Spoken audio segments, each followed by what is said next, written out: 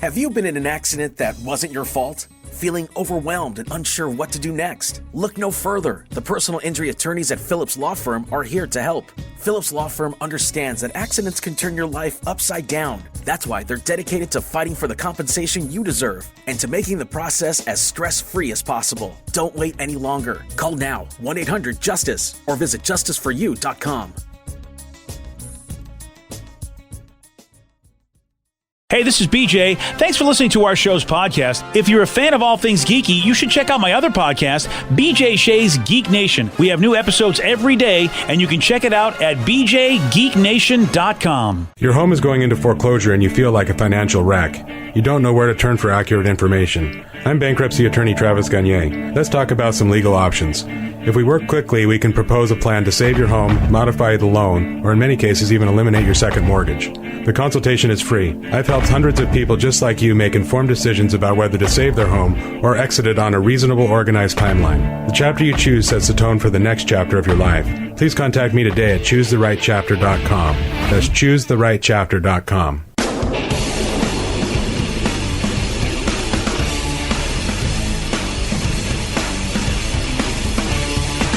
99.9 KISW, the Rock of Seattle. All right, we got to go across the pond. Hello. Oh, they're talking about like going to Green Lake or something like that. Yeah, you know what? That wouldn't be a bad idea either. Yeah, awesome. Like, we're going across the pond to Green Lake. Have you noticed how the whole accents change when you go from the north side to the south side of Green Lake? Bonkers. I mean, it's amazing. Yeah. All of a sudden, you walk up by the people go, "Hi, y'all there." I'm like, "Whoa, I got to get back to the north." So there's this little boy, and it's from a doorbell cam, and he thought when the doorbell rang, his dad was at the door. And so he decided, you know what? If it's my dad, I'm going to say what I say to my dad. And it was a very odd thing because it wasn't his dad at the door. It was a delivery driver who got this greeting. Hi, Patrick. Oh, sorry. Oh, it's a delivery driver. Oh, well, that's your parcel gone. If you're going to be rude to the delivery driver. Wait, so he calls his dad butt cheek? I guess that's what he does. How old is this kid? Yeah. Old enough to know. I hope that lasts forever. Yeah, in his 40s, dad calls, "What's up, butt cheek?" That's a good name. Yeah. I couldn't call my dad butt cheek. No. Even in his, he can barely get around. He can barely get around, but I think he'd figure out a way to get to Seattle to smack me upside the head. Or hire someone to do it for him. I want you to record it and try. Cool. He's been battling some health stuff. Right now is not the time to call dad butt cheek. Oh, butt cheek. But yeah, he was like, all right, I need to keep you calm. Never mind. What did you say to me? Oh, Dad, you actually got off the couch. Oi, butt cheek. Roseanne, we're going to Seattle. Yeah, I'll show him. He wants to call me butt cheek, huh? To see Tatum? No. You better leave your kid behind. Your kid's not going to see what I'm going to do to you. Oh, yeah. Butt cheek, huh? I'll give you a butt cheek. I'd love to know, the origin? Yes. Yes. Yeah. What's the origin story behind him calling him butt cheek? Yeah. Because I feel like there was a name given to the little kid. Oh. Yeah. Oh, yeah. And, especially if you talk to Vicky long enough, you realize she's given some interesting nicknames to her little brother, which now she's regretting because some of those nicknames you really don't want said in public. No, and I'm regretting some of them because of the hassle I'm getting from his teacher and my mom. So I would call him Poopy. Oh, yeah, that's not a good call. Especially when he's being a little poopy, if you know what I mean. And now he says it at school, and she's like, okay, you can't be saying that. That's a bad word. The teacher's saying that as I'm like, sorry, that was me. Yeah, I'm going to have that issue, too, because my Tatum, I think, always knows if all else fails, she'll say the word poop to get a laugh. So she's throwing, that's her punchline for everything, because that's Dad's punchline for everything. Yes. Yeah. It's pretty awesome. Has she learned fart yet? No, it's mostly boogers or poop. Oh, all right. Yeah. My grandma was in town, and she taught my little brother, who's now 4, pedo, which is a slang term for fart, and that is all he's saying. And my mom is just done. She is totally done. She's like, no, thanks, Mom. Yeah, love that. That's what grandparents are for. Right? It's like, let Mom- Grandma do what she wants. Yeah, Mom doesn't appreciate the poop jokes from Tatum. Although that makes me enjoy them even more because I'm watching my daughter troll her mom, and I find it great because I think it's funny and it's harmless. Yeah, she's entertaining 50% of the audience. Yeah, she is, but she might be entertaining the wrong 50%. It's really hard. Where does Lulu stand in on the poop jokes? Lulu can't even see. She has no teeth. She's just trying to get by. Now she has no teeth. Oh, she hasn't had teeth in a while. Oh, I had no idea. Oh, yeah, she's all gumming. She's getting closer and closer to me every day. She's just like, leave me alone. Let me know when there's food. Although she can't see, but her sense of smell is impeccable. We went upstairs for a half a second, come back down, and she ate Tatum's breakfast. Awesome. Wow. Okay. She somehow got it off the little table and the coffee table in the living room. I did not think she was going to be able to get to this thing. See, this is when our dog was still with us. That's why I questioned whether our dog was blind. Yeah. I said, I'm sorry. I don't selective vision. I don't have any empathy for the selective vision dog who somehow is like, oh, look at me. I walked into the wall. Dude. Next thing you know, she sleuthed her way up on a table and was able to get the food. I come down the stairs and I'm like, the plate's on the ground. Yeah. She's lapping up all the food. Of course, Tatum at first thinks that's the worst thing ever because Lulu just ate her breakfast. So and I'm like, no, it's good. We got more of them in the refrigerator. Then she found it hilarious. So then she wanted me to play the role of Lulu and chase her around the house trying to eat her breakfast as she held it in her hand. Oh, wow. Yeah, it got weird, man. Did you have to do it on your hands and knees? No, but I had to bark. Okay. Yeah, so I'm running around the house going, arf, arf. So I was worried about your knees there for a sec. Tatum's laughing, so I'm like, this is making my child laugh. I'm in. Thank God Mom wasn't home. I tried to explain it to her mom, to Sid when she got back. She's like, what do you two do when I'm not around? Yeah, well, that's what you do. And then she's probably like, this kid's gone. I either have to separate her from her father or this child is just not, she's just going to be doing poop jokes and having been chased around by a barking man. At the age of 3, she's already realized that she's smarter than her father. Yeah, she is. Well. BJ and Migs, mornings on The Rock, 99.9 KISW.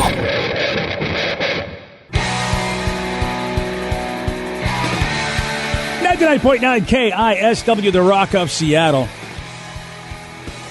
I got a lot of friends on Facebook, a lot of people in our own industry, and this conversation is always out there, man. It's about tipping. Hot topic. It is a hot topic because there's somebody in our fine industry who is, at least from what I can tell, against tipping. And I don't want to say their name in case I'm wrong and maybe read the whole thing wrong, but from what I can tell, this person's like, I don't think we should have to tip. Okay. Yeah, and this mom does not agree with this radio personality because she went off on her teen son. And it's because even though he's a teenager, she's like, dude, you cannot be a bad tipper. Here's what happened when she found out that her 16-year-old kid only tipped $10 on a $104 restaurant bill. You need to go get my wallet. You need to go get my Visa card. You need to go to the ATM, and you need to go grab a 20 and drive back to that restaurant because on a $104 check, $10 is a tip. Go now. I'm not asking, I'm telling. It's not funny. Do you know that guy might have kids? Do you know that 104 he gets taxed on it? You are to go grab my credit card, get $20, and drive it back there. Yes, ma'am. Yes, ma'am. You don't know how to tip. The whole time, she's a delightful mother. You have to watch the video because as much as she sounds like a pure delight, man, I'm not looking forward to having a teen kid because as she's trying to reprimand him, he's just smiling at her the entire time, like trying not to laugh at her. And I'd be like, listen, you little Justin Bieber-looking mother blanker, you're going to wipe that smile off your face or I'm going to wipe it off for you. Like, I'm just like watching this. And what are you, a parent from the 1800s? Yes. No, you try that, and next thing you know, you'll be locked away. That's fine. Then I don't have to deal with that smiling idiot. All right. Well, you know what? You're smiling He's just idiot. laughing at her the whole time. I mean, because she's a moron. And I look, I'm the yeller. I mean, that's kind of, She's lost her mind. I do agree with that. And her intentions, I do like, though. And she's recording him, which he sees that, right? So maybe he's just like, wait, you're yelling at me, but you're recording it? What is happening? She sounds like a nice Jersey lady. Yeah, apparently she was born and raised in Jersey. Oh, She's shocker. like, I'm a loud ass. Yeah. Shocker. Yeah. Yeah. If I was the father of that relationship, I'm going, you're not wrong, honey. It would be nice to teach him how to, be cool with tipping. But basically doing what you did was, some people call that verbal abuse. She's an idiot. It looks like the kid really doesn't care. He's like, hey, yeah, whatever. Like, it's just part of their thing. Yeah, I feel like that's not part of it. She seems like a sweet lady. Yeah, I'm who done with just her. wants people to get paid properly. Yeah, I've never been so unhappy with a good message. Oh, wow. Yeah. Why? You're a yeller. I thought you'd like it. Because I'm not a yeller anymore. Well, I am. You I guess. are. But I'm trying not to be. How's that go? Do you know how much therapy I had and how much money I had to spend to not be that lady? Because I was told being that lady is wrong. I mean, she raised her voice, but she didn't insult him. True. No, like it was very lighthearted. Even though it was loud, it wasn't necessarily yelling to You me. call that lighthearted, really? I felt like, because there's I was sometimes smiling. when people Yeah, yell me at too. you, you can feel the anger and like the disdain behind their words. All right. And hers didn't seem hateful. Okay. All Hers right. seemed just like, what are you doing, I'll have you to, dummy? I'll have to keep I'm that more in bothered mind. by his choice of attire. Oh, Yeah. he looked like a slacker. No, Justin He Bieber. looked like Justin Bieber. Yeah. And he had an a young Eagles Justin jersey Bieber. on. Okay. Was that? He had an Eagles jersey on. Yeah, that guy. Oh, No, that's we're yeah. good. Well, I'm done with that kid. Yeah. he should have been corporally punished at that point. I mean, that's probably also why she doesn't like him. Eagles fan, Yeah. and she's from New Jersey. Yeah. I mean, unless they're rooting for New Jersey and for Eagles, that seems weird. Yeah, well, New York doesn't know what to do anyway, right? Yeah. Because none of their teams are, really. Since I'm very fancy and went to Daniel's Broiler this weekend, I really enjoyed the fact that they just added the tip on. Like, Did they tell you at least? Yes, it was Okay. it was on the receipt and it was circled very big with a Did the red waiter or Sharpie. waitress say, "Hey, just so No. you"? Oh, see, that bothers me. Oh, okay. I ain't gonna lie. It is circled. I don't care. I don't look at things. It did say, I did think it was kind of a little bit like, I don't know, snarky is the word, but it was just like, the 20% is included in your bill. Oh, so it's 20 they did. Okay. Yeah, 20% is included in your bill. If you want to tip any more, Yeah. that's up to you. And I was like, no, you get the 20%. That's what you get. Well, that's what. But you That's see, what everyone gets. See, here's It's the- interesting that they go 20%. I thought, isn't the standard 18%? I mean, I always tip more than 20%, but that's just because I'm bad at math. This is why neither one of you should go to any place like that. Why? Because you guys just don't understand how it goes. You don't understand how how the elite eat. Oh, I'm Is that sorry. what it Is is? this what you and your hairstylist? You guys go there? Why did you going to bring my hairstylist into this? What has he He's got the- to do with he's the anything? guy that I don't know. advises He's you. the guy who tells you how to dress, how Yeah. to be, how to act. All he does is do my hair. He doesn't tell me. Oh, he doesn't anything tell you else. how to dress? And you No, I go to the Nordstrom guy to learn how to dress. I thought your hairstylist was telling you how you're supposed to look. Remember, he said, Yeah. you got to stay in your lane, BJ. No, Yeah. that was my Nordstrom guy. No Oh, wonder my you guys bad. think I was attacked by a Isn't it the by a same guy? snowman. No, the Nordstrom. No, I don't go to Nordstrom to get my hair cut. They in the cut middle your of the men's hair at department. Nordstrom? They do it in the dressing room? Yeah, it's right next to the snowman. It's at Nordstrom. Yeah, and also Is your cousin hanging my out cousin there, hangs too? out at the Habitat Bar in Bellevue, and it's perfect. And you guys dance every once in a while. we right? dance right at the Habitat. Fair, It's yeah. a beautiful Nostalgia, thing. we get it, yeah. Right in the middle of the Nordies. So what is so uncultured about Danny and I? Because when you are a person that can go to that place, now granted, some people save up, and I get it, but when you go to a place like that, if you go regularly or maybe once a month, you're going to do more than 20% because you just, you spread it around. That's what you do when Not if when they you were a terrible waiter. Yeah, what am I, a whore? Oh, my I'm not God. spreading it around. Yes, you are a whore. That's what you do at a place like that because you get great service and it's a high class experience and I feel like a little more than 20% is plenty for a tip. Well, that's what I'm saying. Danny didn't want to do more than 20%. I don't think he has to, though. I think Oh, 20% is completely fine. This is why you should not be allowed in those places. In theory, you're paying more anyways because your bill's going to be higher. So their 20% tip is going to be higher than if you go to a regular restaurant Right. anyways. It's Vicky, still are you appropriate. who used to be in the service industry Yeah. arguing at somebody? They don't get that money. It's not like whatever you're paying more. They still don't get That's that a money. them problem, not a me problem. As long as Exactly. it says that the gratuity's added, you Oh, my do. God. Either way, if you put in a tip that is a Visa tip, you still so get taxed on it, regardless of how it is. let You're me still getting taxed. Let me explain to you why this country's pissed. Because Why rich is this people, country pissed? because rich people don't spread it around like they used to. So if you can go to Daniel's on the reg, you should probably be able to give more than a 20% I don't think tip. you should have to go to Daniel's whether or not Aunt Flo is visited or not. I don't understand what the hell that has to do with this. Oh, you know I what? mean, that would be a treat, though. Yeah, I I have wish to tell we could you, do that. Can really, that be a thing? Can we Is just it a steak pause? thing? Is it the blood in the? Can we just? I need the iron, God, man. bless the USA. And that the was too happiness. much. Oh, I've gone too far. If you really just let it be at that would have been. I was about to praise you for the really like the low, like you were on the line of low level fruit, but also man. a little higher end. But then you went right down. I'm fine with low level fruit. Oh, are you though? Well, It's that's what easier to pick. you're a low level tipper with Danny. Of course, that makes sense. I'm a high level tipper. Oh, I tip well then what are everything. you? Why are you on my side? You would probably go Because more I than also 20%. don't think you should be shamed if you give 20%. I think that's still a fantastic tip. Yeah, BJ. Here's what And I would say. have an issue with the waiter or waitress not saying that the tip is already included. Even though it's circled on the thing? Don't give an F. You let me know. Wow. Otherwise, you're hoping that I may be not paying attention, and I See- see an extra line. I go, Here's a problem. and now all of a sudden I've tipped 40%. If you go to a place like Daniel's, that's kind of the deal. I guess so. You guys don't go much, so you don't know. But I usually Well, not the average- everybody goes to Daniel's all the I time. know that. That's why I'm helping. That's they why I'm should be helping you people respectful. out. No, you're not. That the waiter or waitress should be helping the person. But out. they sort of like everybody that goes in knows that you're going to have an automatic tip because of people like Vicky. What did I do? I don't know. I just thought idea. I'd target you and say that you're a jerk. I remember I was so fired up. We were in Florida, and we got a sandwich and all this. I'm like, man, that sandwich was way more expensive than I realized. And then right before I looked at my thing, and I was trying to pay, I'm like, wait, the tip's included, and I already tipped as well. Yeah. So I doubled down on the tip. Oh, boy. And I'm just like, why wouldn't they say something? As a server, I would, mostly because I'd be worried that somebody would come up, complain, and then complain to the manager, get the whole thing comped, and then I lose the whole tip anyways. Vicky, Yeah, I wouldn't be the type that would complain, But but I'd be like, I'm not coming back here. Yeah, but you never know. What if you were the type to complain? The whole thing gets comped, voided. I don't even get a so tip. you're at a fancy ass restaurant. I'm just pissed at Vicky at this point because you're at a fancy ass I'm restaurant. not saying don't tip and- more. I'm just saying Yeah, well, 20% you're kind- is very nice. Well, yeah, how you deflect. you kind of are. You should go to Daniel's because it sounds like you're on the reg. Yeah, you are. I like to go on the well, reg. Hey, we forget who we're talking to, Mr. Millionaire. I mean, Danny, if you can afford to go to Daniel's and you go, okay, we're going to go out and have a night out. 20%. Yeah. You're getting 20%. That's it. Yeah, I feel Even like. if I'm a millionaire, you're getting 20%. Oh, yeah. See, for me, you're just getting whatever the math equates out to make sense to my head. That's you, actually. I let my girlfriend tip because I can't do math. I just double the amount, like the first number or whatever it is. You know, like if it's like a $30 thing, I know 3 plus 3 is 6. Yep. Add another $1, we're good. and I also use a gift card, too, so.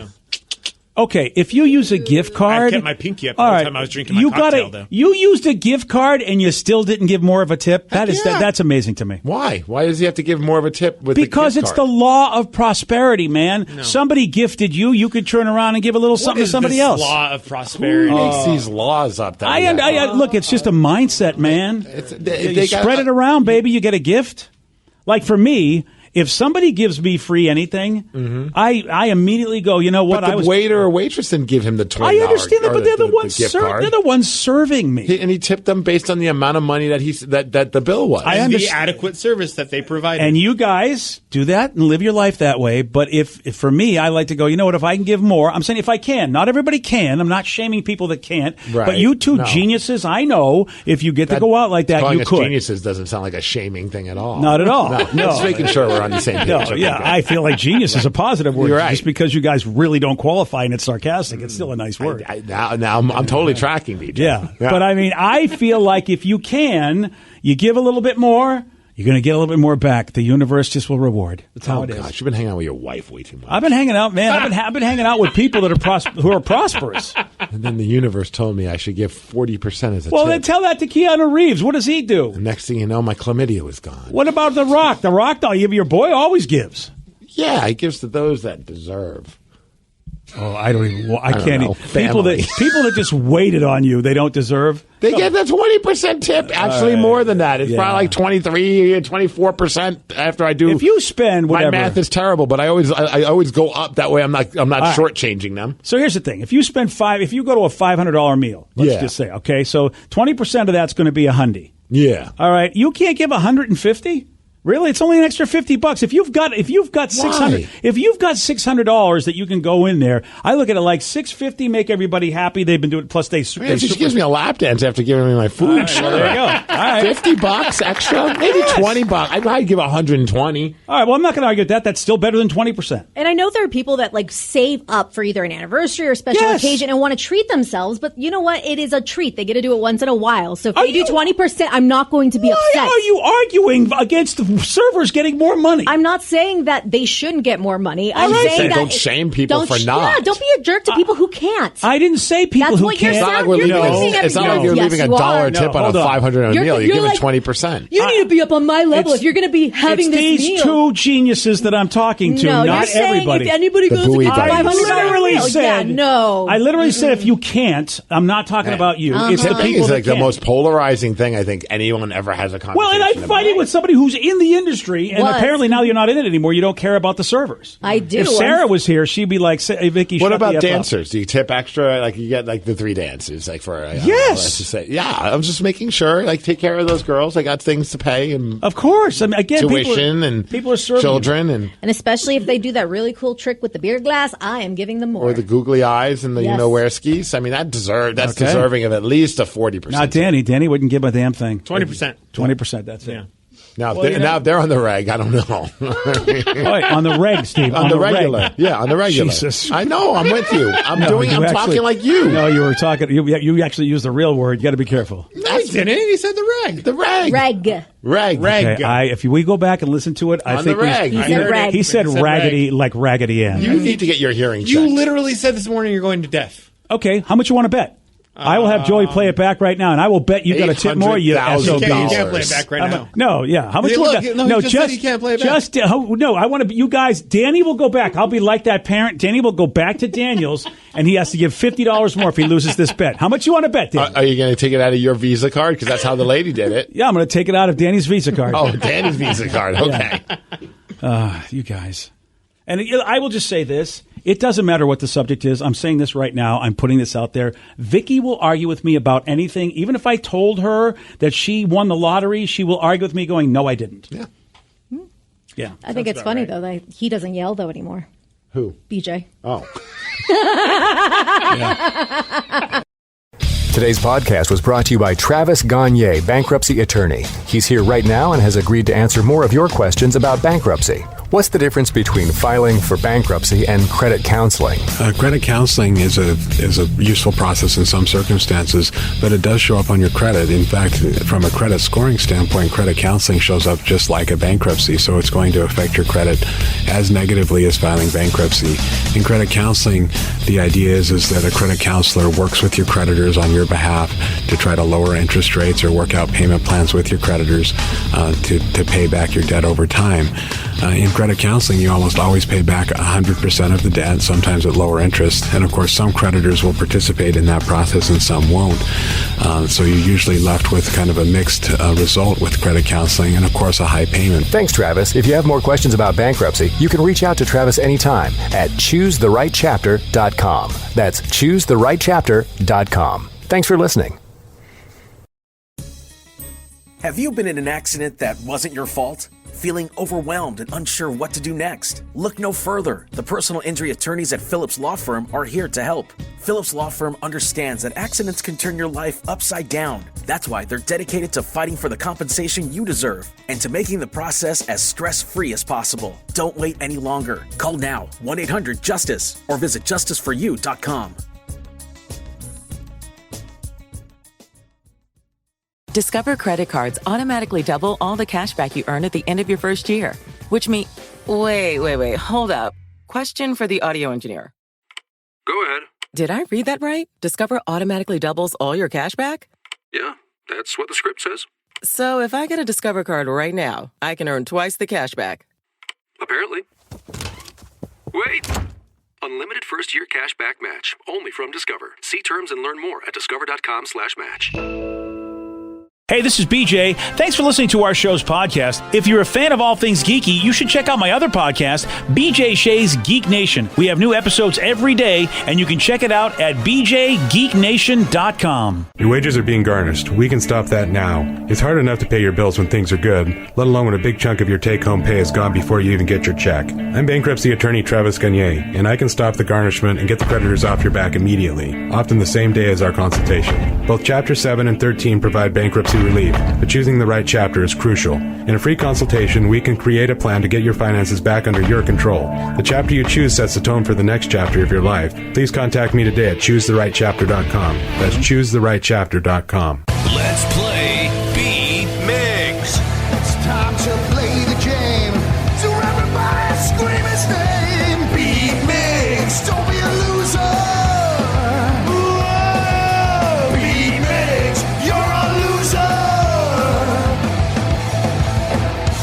Who's ready to beat Migs? Come on, let's do it. I know Adam from Shelton is. Adam, are you there? Hold on a second. He will be. Hello, I Adam. am. Good morning, everyone. Hello, Adam. All right, Steve, now get out of here. Goodbye.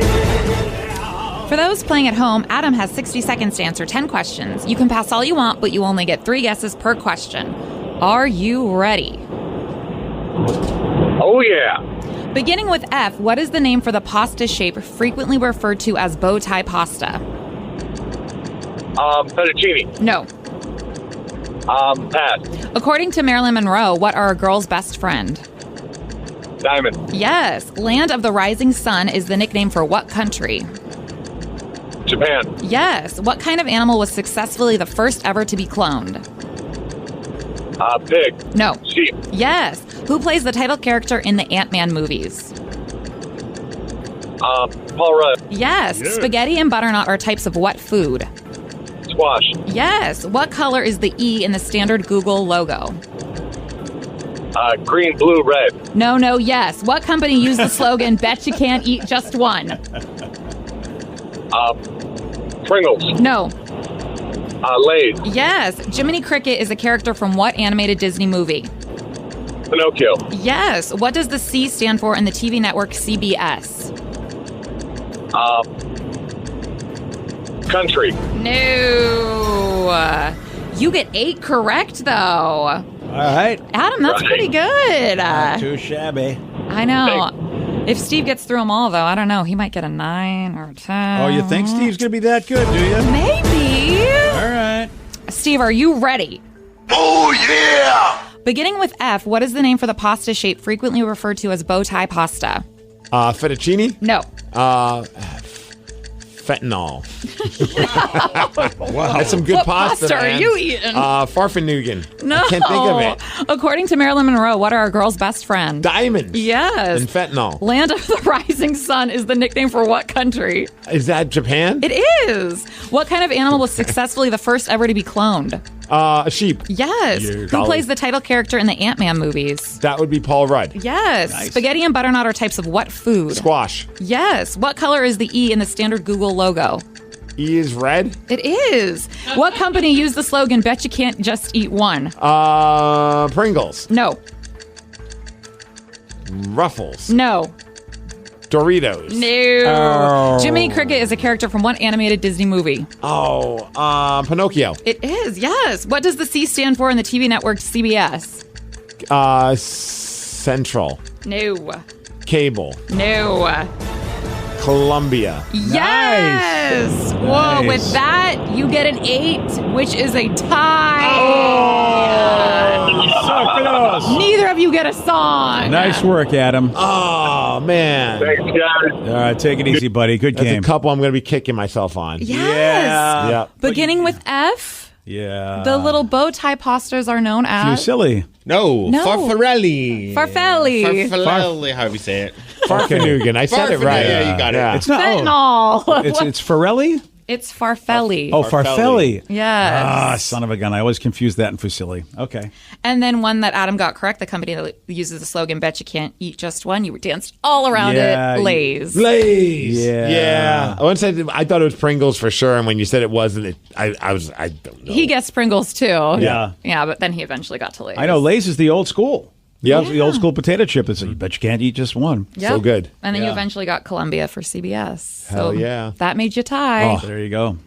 Hey, the AI is taking over, Steve. Your Skynet is here. I've been warning you guys for years. You have. And for years, you guys was like, "Oh no, that's so far in the future. You don't have to worry about this." Now, all of a sudden, with all this Chat GPS and all these artificial intelligencers, like we're screwed, guys. Well, you're no longer an influencer. You're an intelligencer. Yes.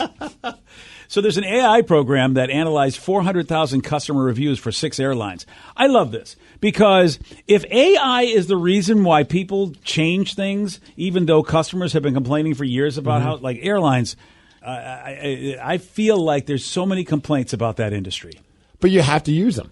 You do. Yeah. I mean, some are a little bit better than others, but for the most part, I feel like you go on social media and you see people complain about an airline, and it's always insert whatever airline there because everyone's got an issue with all of them. Yeah. And look, and you know me, I have a favorite airline, but to make money, the pandemic, even my favorite airline is has stopped some of the cool stuff they used to do. Yeah, my new favorite airline is Frontier because it's the last one I took and I got home safe. So okay, therefore, it's my favorite airline. And your carry-on got home with you, right? Everything got home with me, so I have no complaints. I'm a case-by-case person.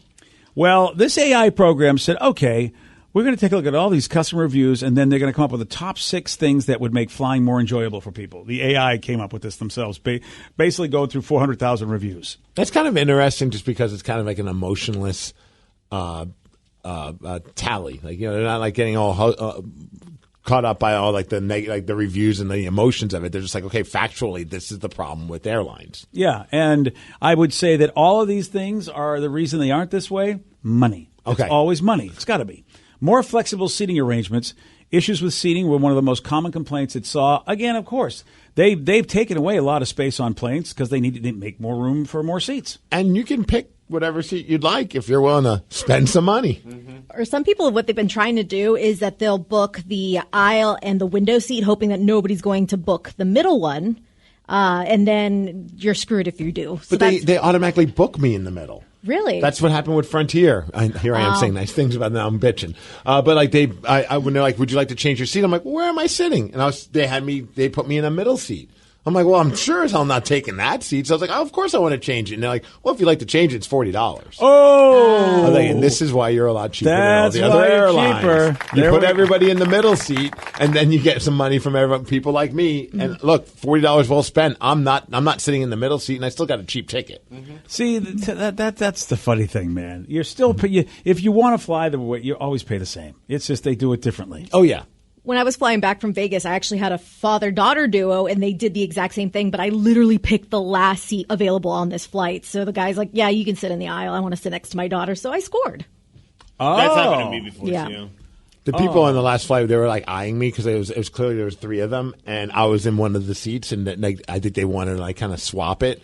But the person was sitting in an aisle seat, and I'm sitting in a window, and I just kind of like looked at them, and I'm like, no, there's not a chance in hell. Like, you guys could just talk over the little space between the two of you. Like, well, that's the spot to get. I mean, Right. now you get aisle if you're a couple. Yeah, it's not bad at all. Then you got so much room between you. You've got that whole. I mean, I think the aisle seat is legit. Because I also have to use the restroom a lot. That's true. But if you're traveling with 2 people, aisle is better than any seat, middle seat. It's crazy. They charge by the minute for the bathroom too now. It's nuts. Oh, well, it was again. That would be hilarious. Do you if have they to bring did. your own toilet paper too? Might as well.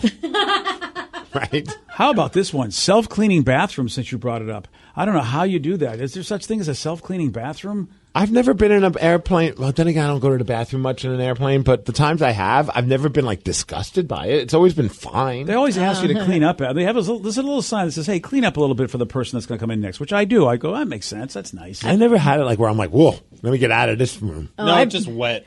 I feel like it's been wet everywhere before. You mean like you've sat on the seat? And it's No, just like water and other things just like everywhere. Like the seat, that's not good. The floor, the little counter. Like the little sink area. Yeah. Oh, there was one bathroom. I think it was in Southern California I went to, and it just reeked. It was disgusting. That was the one that I could not handle. No? Okay, well, maybe AI's onto something. But I think self-cleaning bathrooms, I wonder if they mean the ones that have that little plastic around the rim and you push the button and it goes, and it just changes to new plastic for your bum. Well, that could be part of it. I mean, they want them disinfected, and that would be part of it because those are new sheets that, like the Chicago airport has those, and nobody ever did them. Like, I haven't seen too many other places that ever did the Chicago, like Vicky's talking about, where the plastic just rotates around the thing. Only Chicago, and then nobody ever. I think they were like, "No, we don't want to do this. It's a pain in the ass." Maybe just have like a little thing that just sprays everything in there, and it's just like, shh. I'm gonna say something right now. Okay, What's that? And you know what? We have we have our high-ranking officials coming today. They have to take a plane, and I think they will appreciate this when I say this. If you're a dude, okay, because some of the high-ranking officials are women. If you're a dude, you should always sit when you're using a plane bathroom because at any moment the plane bounces around, and you should always sit. No.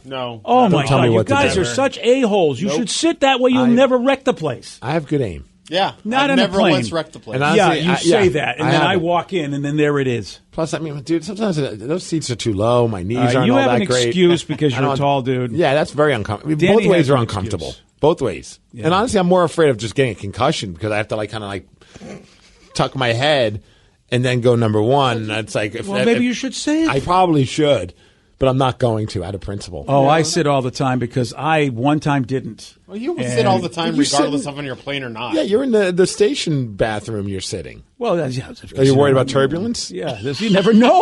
we're on the 14th floor. The wind could be knocking us around, Steve. Although I got my Tatum all of a sudden walking in when I'm in the bathroom. She's like, "Daddy, sit down." See, she knows what's up. Well, because for solidarity, she sits when she has to go potty. So she's like, "You should too." I'm like, it's the only time I've ever actually sat down to go number one. I'm like, fine. My daughter's asking me to. Oh, so when your daughter asks you, you'll do it. Yes. But you know what? When I ask you on a plane for everybody, no, you got. So maybe we have to have your daughter start working for the airlines. Well, if you looked as adorable as she does on a bicycle, you would listen to her too. Oh, I have to be on a bicycle, all right? Yes. I got to get a bicycle first. All right. Yes. BJ and Migs, mornings on The Rock, 99.9 KISW. Julian Greening here from Bellingham Ford Lincoln with some exciting news. The order banks have opened for the 2023 models and we have great deals for you. Ford F-150, Bronco Sport or Ranger, and we will lock in your price, lock in your 500 rebate, and lock in your interest rate at 2.9 for 60 months on approval of credit. Custom build the vehicle you want and don't worry about price increases or rate hikes. Come see us at Bellingham Ford Lincoln on 1820 James Street or at bellinghamfordlincoln.com.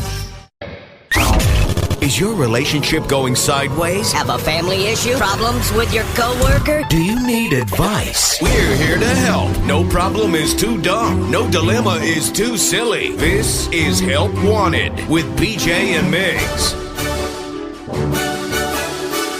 99.9 KISW, The Rock of Seattle. Help Wanted. Brand new segment on our show where basically you got issues and you know something, man, we are here for you. That's what it's all about. And it doesn't matter, man. Rockaholics have been texting us, calling us over over a long period of time. We tried to fit him in on Listeners on the Loose, and then Steve was like, dude, this is bigger than that. This is bigger. It's even more overwhelming now that we're doing this segment, man. Every day we get different texts, and they're all of all varieties. Some are random, some are serious, some are just ridiculous. And a lot of us have lived life experiences, and if you have anything dumb, that's where we let Danny, be part of the conversation.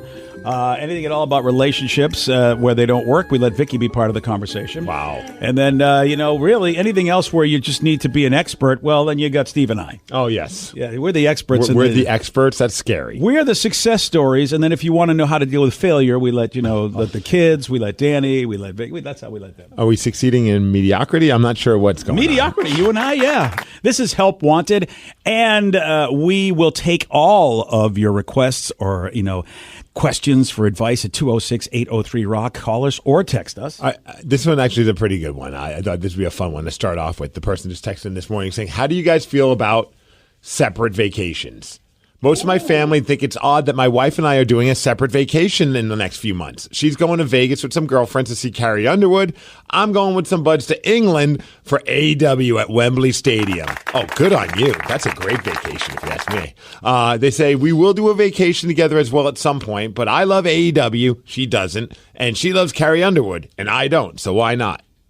This is a thing that my wife and I really, really have learned how to do, and it is that opposites attract, and the idea that you don't have to do everything with your spouse, which It wasn't the case all the time in life, but yeah, vacations are really limited, and so you basically had to do family stuff. When I was growing up, it really felt like you had to do family stuff. But this is a different time where you really, you get more vacation time, or maybe you don't have to, you don't have kids or whatever.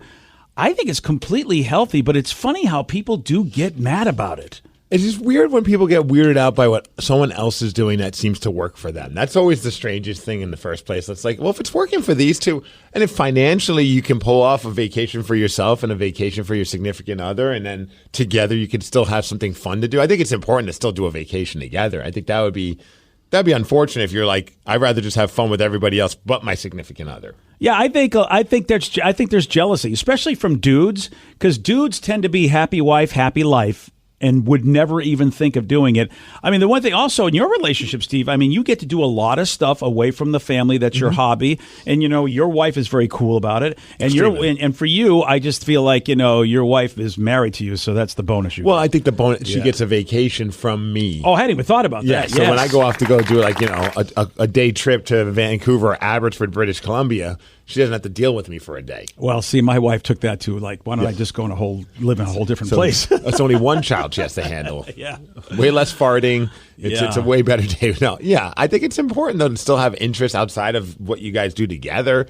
And this guy loves wrestling, and she loves country music or Carrie Underwood. And why have to be miserable doing that together? Yeah, I think that's a wonderful thing. I think the older you are, I am trying to figure that out in my own relationship, because it's like as I've done my own stuff in life, and there could be a time where my wife and I will be living together again. And if that happens, I've got to still feel like I can have this life I have. I have a great life kind of when she's not here. I built a new life where it's like I get to do whatever I want. And then she comes and ruins it for you. Well, my generation is that generation doesn't think you can have those separate times. I don't, I think it's in my head. I don't think my wife would mind, but my brain, when she's in town, I feel like I can't be with my friends. I can't do anything. I got to be with her the whole time.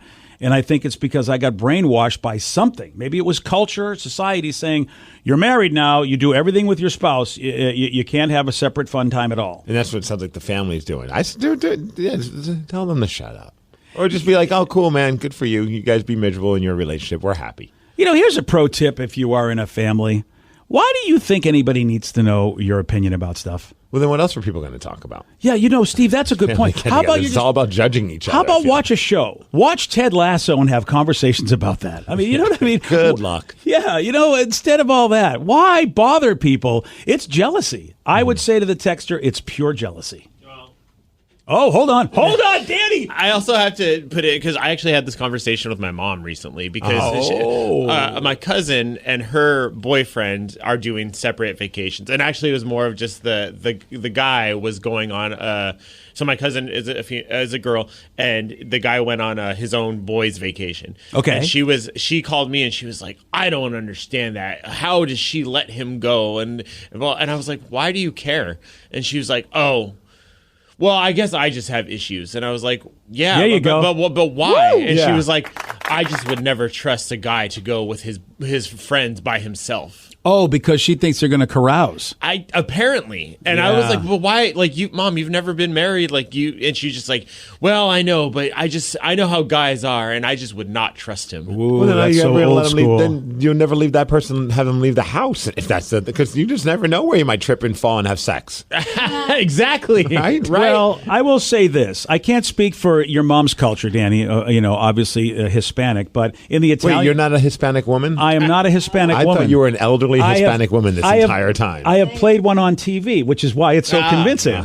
But I will say this, in Italian culture, and I grew up in an Italian household, 60s, 70s Italian culture, mistresses. And so people, and of course in the documentary, The Sopranos, obviously it was, everybody knew about the gumbari, I think as they called it, or gumad, whatever it is that it's just in that generation, you just knew if I let him have time away, he's probably going to have a mistress because that's what dudes do, at least in the Italian culture. So if your mother also had that in her culture when she was a younger person, seeing that with all the adult men, it's tough to get out of her brain that that's not the way it is anymore. Where like people your age, Danny, doesn't matter what your ethnicity is or what your culture is, you're not going to be a douche. You're actually just going to go out and have fun with your buddies, and it's not going to be carousing. Yeah, it's just funny though that was her, and she was so adamant again. Like they need to go on vacation together if she's not invited, and I was like. I had to talk her off Plus, a it's ledge. boyfriend. I was like, Mom, Would she let him go to work? I why do mean, you with that care? attitude, like you can't go to work. You might have sex with the coworker. Yeah. Plus, it's boyfriend girlfriend. I think until you put a ring on it, I'm sorry, you still get to have your own life anyway.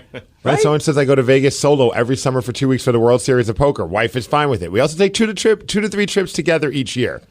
Another person says nothing wrong with separate vacations. My wife is going to Pismo Beach or Pismo Beach. Pismo, yeah. Pismo. While I'm taking the motorcycle to Sturgis. We have trips also planned together. Oh man, everybody wins on that one. If you love bikes, sure, Sturgis is the way to go. I did have one trip. I almost it didn't happen, but there was a potential of it happening where I was going to get to go to Florida to wrestle. And my wife, it was going to be over at a theme park as well, so like at Universal Studios. And so when I mentioned it to my wife, she's like, "That's the trip I will go with you to." I'm like, "All right, let's do it." Like, oh yeah. She's like, "Yeah, because we could just like for the day that you're doing whatever you have to do." And when I mentioned it's actually at the theme park, she's like, "We could just hit the theme park and then either meet up, come watch you, or just meet up afterwards." I'm like, "That would be." It didn't happen, but I was like, "That would have been the one where she's like, I'll go on that vacation with you." Yeah, we had separate family vacations. We went to Hawaii for a Magic the Gathering tournament. Mm-hmm. And of course, Sarah and Kathy are like, we're all in, even though we're not going to go to the Magic the Gathering tournament. And it was so bizarre because, of course, Hawaii is amazing, which they got to explore all the amazingness of Hawaii, while Joey and I were in a convention center. And you'd think we'd be miserable. Of course, we both love playing Magic the Gathering, so that's what we did. So you can even do separate stuff while you're on vacation as a family. I remember even I was on a vacation. It was a quote-unquote work conference, but it was in Miami, so it felt like a vacation. And I remember she was just like, I'll go with you to that one. Like, that sounds way more fun than Chicago. And she we did all the convention stuff, and she just sat poolside, read books, and chilled. And she's like, I had so much fun. It was so relaxing. Yeah, I think the radio convention, nobody ever wants to go. It's like, where are you going? Chicago? Middle of the summer. Atlanta? Oh, that's hot. No. Oh, Miami. Yeah, all of a sudden, it was like, let's go to Miami. And that was the best one because the guy who, like, the radio personality based out of there had the hookup for, like, the nice hotel. Paul Castronovo's the man down. He knows everybody down there. Dude, we got to stay at the hotel, and it was when the Heat won the championship that year. That's right. And all the players were in the hotel right next door to us because it was, like, these 2 super fancy hotels, and we got it was like $100 a night. It was like a ridiculous rate they gave us because of Paul. And man, that was crazy because it was just bedlam in that area because all the players were there. Right. Yeah, boy, I'll tell you right now, Paul knows how to leverage his success. I remember my wife and I were both so. I'm like, who are all these random, really like over the top hot women that are just showing up? Yeah, in our that was area? insane. I'm like, dude, what the hell? How is this next to our hotel? It was like they just like found every single hot person from Miami and just had them just land right in our hotel. Of course, I was there, and you, yeah. And then we realized, it's because of the NBA players are right next door, and they're all trying to hook up. Had nothing to do with that. It was us, Steve. Oh, it was just us. They were there. They knew the radio people are in town. All the hot ladies want to be there. This is crazy. It was nuts, dude. All right, we got another text. This one is a workplace situation. So all right, we're good at the workplace. Look at us, how we get along with everybody. All right, this person said, so I'm a Class A truck driver and the only truck driver for the company in Washington that he works at, I guess. I make pretty good money per hour, but all the guys that I work in the shop seem to not like me because of how much I make, and I have leeway because of my downtime. I can do what I want, like wash my semi, and they get mad because of how much I make per hour. And I don't know exactly how much they make, but I have an idea, and I'm thinking I'm about double of what they're making. How do they know what he's making? This is why, even though there is a movement out there with some people to share salaries and let you know, but I think that's a bad idea because human beings are competitive, and as soon as you find out, and when I found out what the host of my show was making one time, it changed everything. Yeah. I was so mad at the person that told me, and she went and did some digging, and it wasn't cool. I don't know how she got this information, but she came back one day, and she was like, this guy is making 6 figures, and this was over 30 years ago. And we all knew that he was doing well, but when you don't know From all the boats that he was buying? yeah, you kind of, yeah. I think once it was out that he was doing well, he said, the hell with it. I'm not going to try to be like subtle about this anymore. Stop hiding all and he these just boat bought purchases. boat after boat. I don't want to mention any names, but pretty much we've identified the guy if anybody remembers. But, and it changed everything. I got bitter. You know, I remember sitting down and, I think my wife, really had a good conversation with me because I was not getting along to the point where I almost got fired. And we worked on it. We had some therapeutic techniques we did together. And eventually it was like, you know what it is? I hate that guy because I feel like I'm scratching for money here and he's making what he's making. And I'm like, damn it. Which is so funny because it's like, I bet the big bosses love that. All of a sudden your anger is towards your coworker as opposed to the company that should be paying you more. And it's like it becomes less about that. It's like now all of a sudden you're holding ill will towards someone who, was able to get their money. However, it's like I shouldn't begrudge that person for getting money. I should just be, if I'm upset with what I'm getting paid, I should be upset with the company, not with him. It's an interesting, so you make a good point. Unless, of course, the company is basically saying he's the only important one. We're going to give that person the boatload of money, and this is all with a lot for you. Sorry. We feel like your position is only worth this. And that's that. So it's a tough one to go like. But still, then it's their fault, I feel. Yeah. Or is it the host's fault for like basically not realizing, I got something good here. And I am like, they only have a budget. Like if the company says, look, we can only afford to pay the whole show X amount of dollars. Sure. And we think you are so amazing. We're going to give you basically 80% of that. Then the company's like, we're paying everybody what we can. I mean, look at if they show you the sheet, they go, look, this is what we make and this is what we're paying the show. We think that if we do that, it's we just feel like that's not good for our bottom line. I can understand that. Yeah, I mean, I see what you mean. I guess I come from my mindset has always been I want to get paid to what makes me happy, and I don't want to worry about what anyone else is making. It's a great mindset, actually. Because, like, let's just say I agree to an X amount of dollars. I'm like, that is awesome. But then I find out the person sitting right next to me is making double that. That sucks. Yeah, sure. But I was like, 10 minutes ago before I found that out, I was very happy with what I was making. So you got a better brain than me. When I found out that information, I know why I just said that. I strike that from the record. Yeah, I mean, I don't know. Better in some ways, maybe worse in others. Now, here's what I'll say to going back to the truck guy.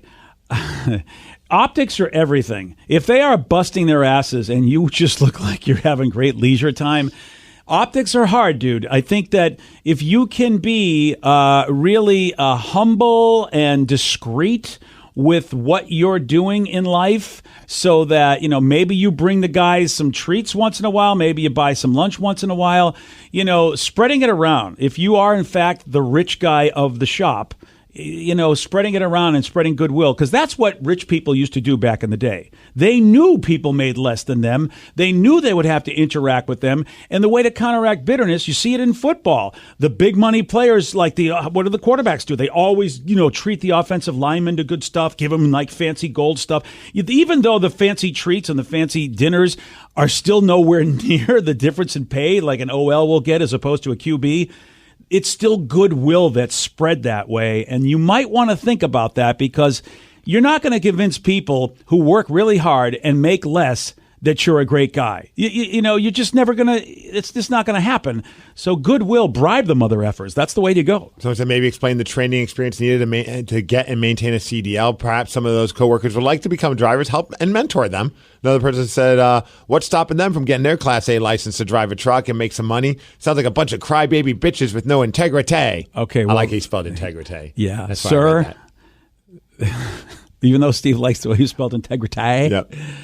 That never works. You will never lecture people who are feeling like they're downtrodden that it's their fault. What if you're still on top of your truck blowing the horn? Oh, yeah. Just throwing money out of the window going, work harder, bitches. Oh, if you're throwing money out the window, I'll let you say what you want to me. I mean, if money's floating in the air. I think it's a great idea. You're throwing money at me? Yeah, be cool to people. Give them a treat once in a while. I mean, that they'll at least go, all right, what kind this of treat, guy's like a good Hershey's Reese's peanut butter cup? Or something? Buy him lunch, buy him pizza. I mean, it sounds crazy, but spreading the wealth is an age-old tradition that works. Educating people about how you could be like me. All you got to do is da-da-da. It can sound arrogant, as opposed to, the idea that you just spread the wealth. That's what I would do. But hey, since I buy food for the warehouse. Oh, there you go. Yeah, I mean, especially since this texter feels like it is they get it. They get there's a problem. That's how you fix the problem. You're the king. You got to give something to the peasants once in a while. Do you wear a king's crown then? You have to wear the king's crown when you give them pizza. I feel like that might not help. Get them some Moto pizza, man. Okay. Right? Then you're really the all-star. Today's podcast was brought to you by Travis Gagne, bankruptcy attorney. He's here right now and has agreed to answer more of your questions about bankruptcy. Here's another listener question. How do I rebuild my credit after filing bankruptcy? You rebuild it, one creditor at a time by making your payments on time on your rent or your mortgage, by continuing to make car payments on a car that you keep during your case. You can also, as I said, you can almost always get a credit card almost immediately after filing bankruptcy. Sometimes it's a secured card, and it'll almost always have a really high interest rate on it. But you could get a small balance credit card and charge a tank of gas or a dinner once a month on that and make the payment, pay it off every month, and that'll help you build a credit history one creditor at a time, and will help you rebuild your credit over time. Thanks, Travis. If you have more questions about bankruptcy, you can reach out to Travis anytime at choosetherightchapter.com. That's choosetherightchapter.com. Thanks for listening. Have you or a loved one been injured in an accident? Are you struggling to recover fair compensation? Look no further. At Phillips Law Firm, the experienced personal injury attorneys will fight for your rights and get you the justice and compensation you deserve. They handle a wide range of cases, including car accidents, slip and falls, medical malpractice, and workplace injuries. Justice is a phone call away, so don't wait. Call today for a free case review. Call 1-800-JUSTICE or visit justiceforyou.com.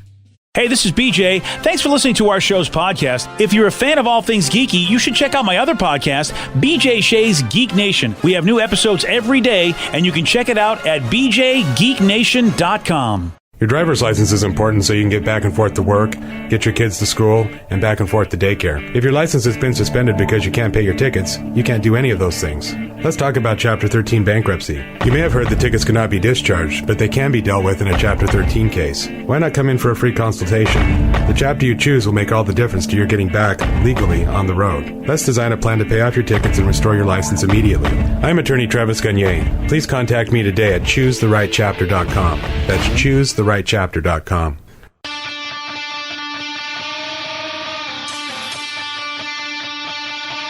.9 The Rock of Seattle. Let's talk about Simona. Simona. She's a woman in New York City who got laid off by TikTok. Man, I thought TikTok was killing it. They're laying off people? I mean, I'm sure there's idiot employees everywhere. Eventually, at some point, you get rid of them. Yeah. I mean, not everybody that gets fired is an idiot, but, I mean, No job is safe, man. I mean, I feel like I shouldn't have to put that disclaimer out there because someone's like, you mean I got fired yesterday? You're saying I'm an idiot? Oh, man. Well, I mean, getting laid off, I always thought if you got laid off, it wasn't as bad as getting fired. I thought it was the exact same thing. No. Well, sometimes, because layoffs to me are more of like it's like a company decision because they don't have enough money. Yeah, it's a budgetary thing. I think that's just a term they use just to like soften the blow, but they're just firing people. Look at you! Wow. So you never believe getting laid off is. You just think it's a nicer way to say get out of the building. We don't like you. Well, both ain't helping me pay my bills, so they both suck. Yeah. All right, I'll give you that. Fire me or you lay me off. I don't care what fancy term you decided to go with. Whatever the latest buzz term is, you're taking my job from me, you bastards. Wow. But if you're talking to other people, I would rather say I was laid off than I was fired because it sounds like, if I get fired, it's like, oh, what'd you do? Oh, I got caught, doing stuff in the bathroom. Like it sounds like something you did wrong. Look at Vicky. Vicky. So we know how Vicky's going to get fired. Out. Yeah. It wasn't the bathroom; it was the balcony. And So anyway, Simona, whether she was doing stuff in the bathroom, whether she was just fired, we don't know. But how about this? She gets laid off by TikTok, and the day after, she returned to turn in her company things, and then posted that on TikTok. Listen as she roams the hallways and fills her bag with candy and chips. Come with me to steal company assets from TikTok because I was laid off. I didn't get let in at first, but then my ID worked. We have these not a we anymore. Never get to thinking you're irreplaceable in the corporate world. This is where they keep the company assets. This is super private information, so please don't share with anyone. But yeah, I worked here, so, I was taking what was rightfully mine. I did end up giving most of it away to a person on the subway, but whatever. Here's my laptop and ID. Had to return those to IT. Oh, I'm keeping the TikTok lanyard, you guys. I deserve it. I worked here for 2.5 years. It's the least they could give me. And then I headed on my way. This turnstile always makes me feel like suddenly I see this is what I want to be. So yeah, excited for the next adventure. Bye. Boy, I really do not like this woman.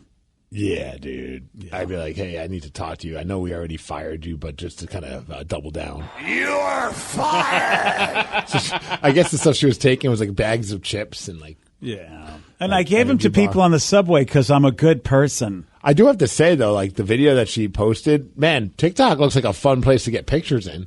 Like lots of funky looking rooms and hallways, which makes sense. It's a social media company. And she protected herself legally because if that was secret sensitive information, because she asked people not to share it, her filming it shouldn't get her in trouble at all, right? But I think the secret sensitive information that she was showing was the chips and the snacks. Oh, maybe so I don't know if that was just like a joke on her end. That might have been sarcasm. Okay, fair Man, enough. why don't we have that? Like I know some buddies that work over at like Facebook or Meta, whatever it is, and they've got like a little area where you can just like grab whatever chips and snacks that you want.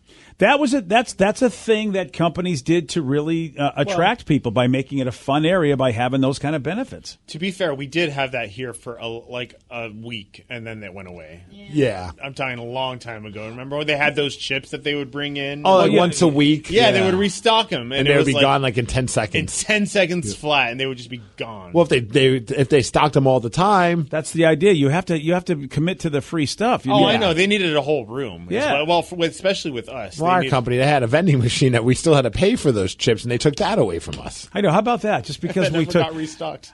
We're so mad at you that you took the free stuff. Yes, you wanted that to last, what? It was a little basket. You want that to last how long? We're radio people. We know that the free stuff at any moment was going to not be free anymore. But what a weird video. Like, I mean, I guess she's hoping that wherever she applies to next doesn't look for this video. Yeah. Because if I was like an employer and like this person applied, I'm like, let me check their TikTok, and then she had that, I'm like, I don't want to deal with this person. It's very inception. I'm not calling her back. Well, you aren't, but honestly, Steve, are we out of touch?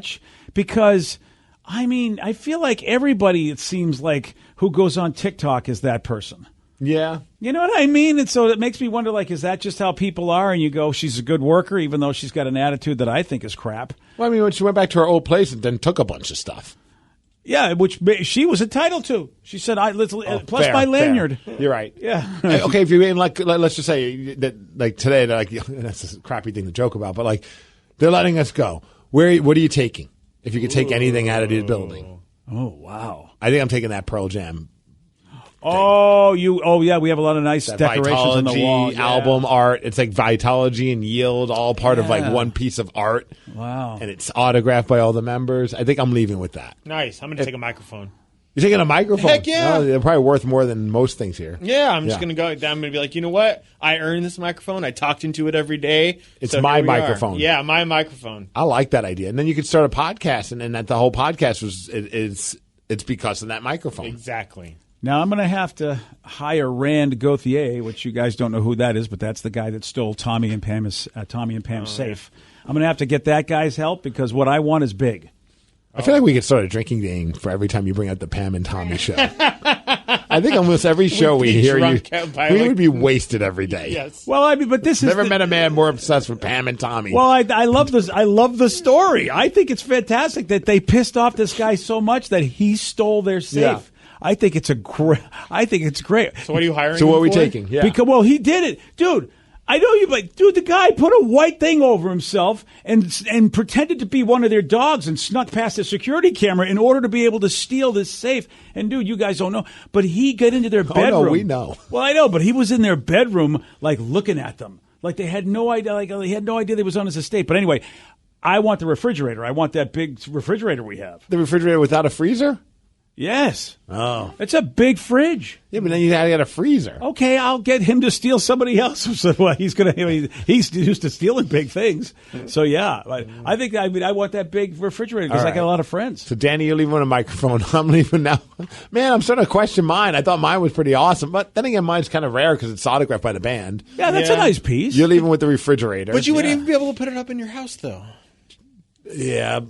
Yeah, he's right. See, you got to go with something that you can put in your bathroom. I put it in the garage.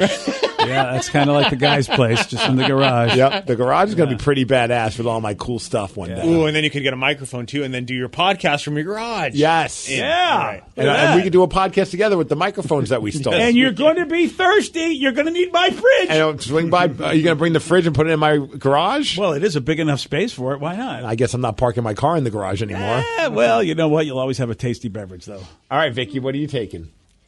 See, I just found out my laptop keyboard doesn't work, so it'd probably be a computer of some sorts, but I do feel kind of geeky because my first thing I got really excited for was office supplies and just raiding that thing. Yeah, you don't want to do that as an employee. I know. I totally don't do that already. And Vicky, I don't think I've ever heard anybody say, I would like to take the computer from a radio station, because everybody always complains about how our computers just... I was going to say, you're going to take those laptops?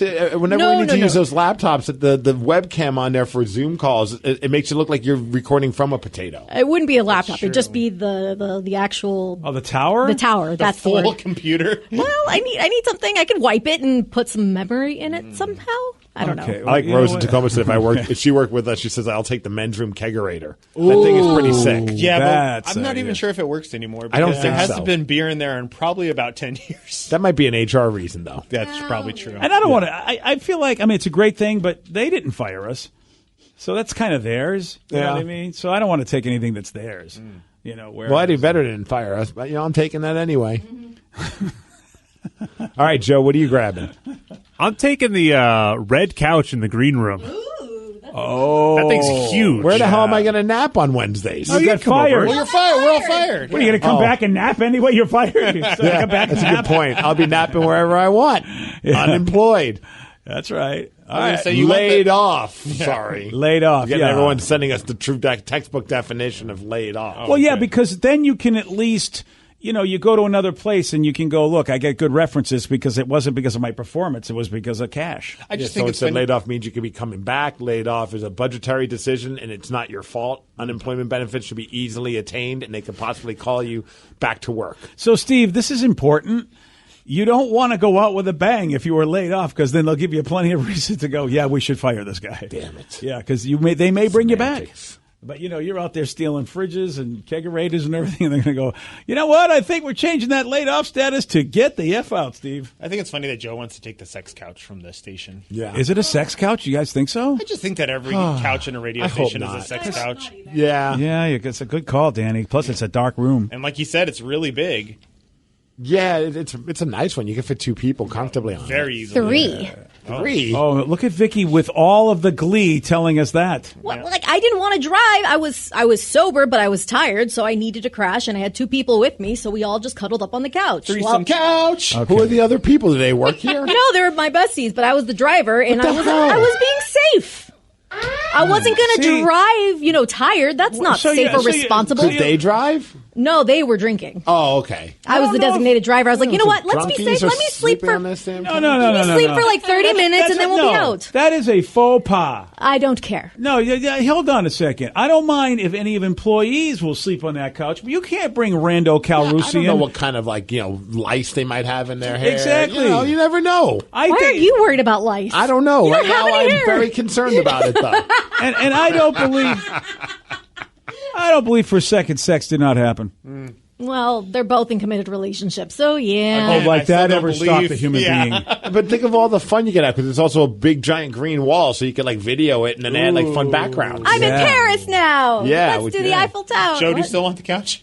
Yes. Wow, I don't even want to know. It's leather. You can wipe it all. Yeah. Yeah, I guess you It's the can. closest he's gotten to getting laid anytime soon. So. Ouch. Sorry, buddy. Poor Joe. BJ and Migs, mornings on The Rock, 99.9 KISW.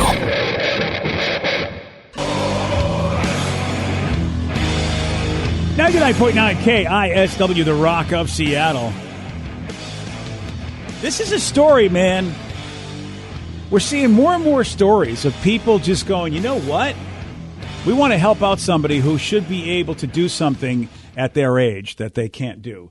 And people have done this for a 72-year-old Domino's delivery driver because these folks saw this delivery driver on this video falling down at one of her stops. And they were like, okay, we got people all over the world. They're like, we got to do something. She should be able to retire. So they raised over $260,000 for this Domino's delivery driver. I love these. Like, I don't love seeing stories of anyone falling. They're okay, then it's kind of funny. But it's as long as we know they're not hurt. As long as they're okay, I feel not so bad about laughing. But I'm all in for these stories of like that when you see like the guy working at Walmart in his 80s, and people are like, how do we help this person stop having to work? And I think it's so cool when people, random strangers, gather up cash, and that's the one nice thing about social media and all like the GoFundMes and stuff. It's like that's pretty cool that they help out people because this lady looks like she's struggling. It's a beating. She falls on concrete, dude. I mean, as an old person falling like that is not the kid's chair helped break the fall for her. Yeah, that helped a little bit. Oh, dude, I mean that. And she's probably worried that now all of a sudden these people are going to be mad that they're like, their chicken wings are all messy. I would be, yes. I'd be like, look, you should have put them down and carried one bag at a time. Oh, okay. Yeah, so you're right. I would have been mad at her for that. Man. Yeah, it's and she's all worried. She keeps saying, "I've ruined your food. I'm sorry I fell."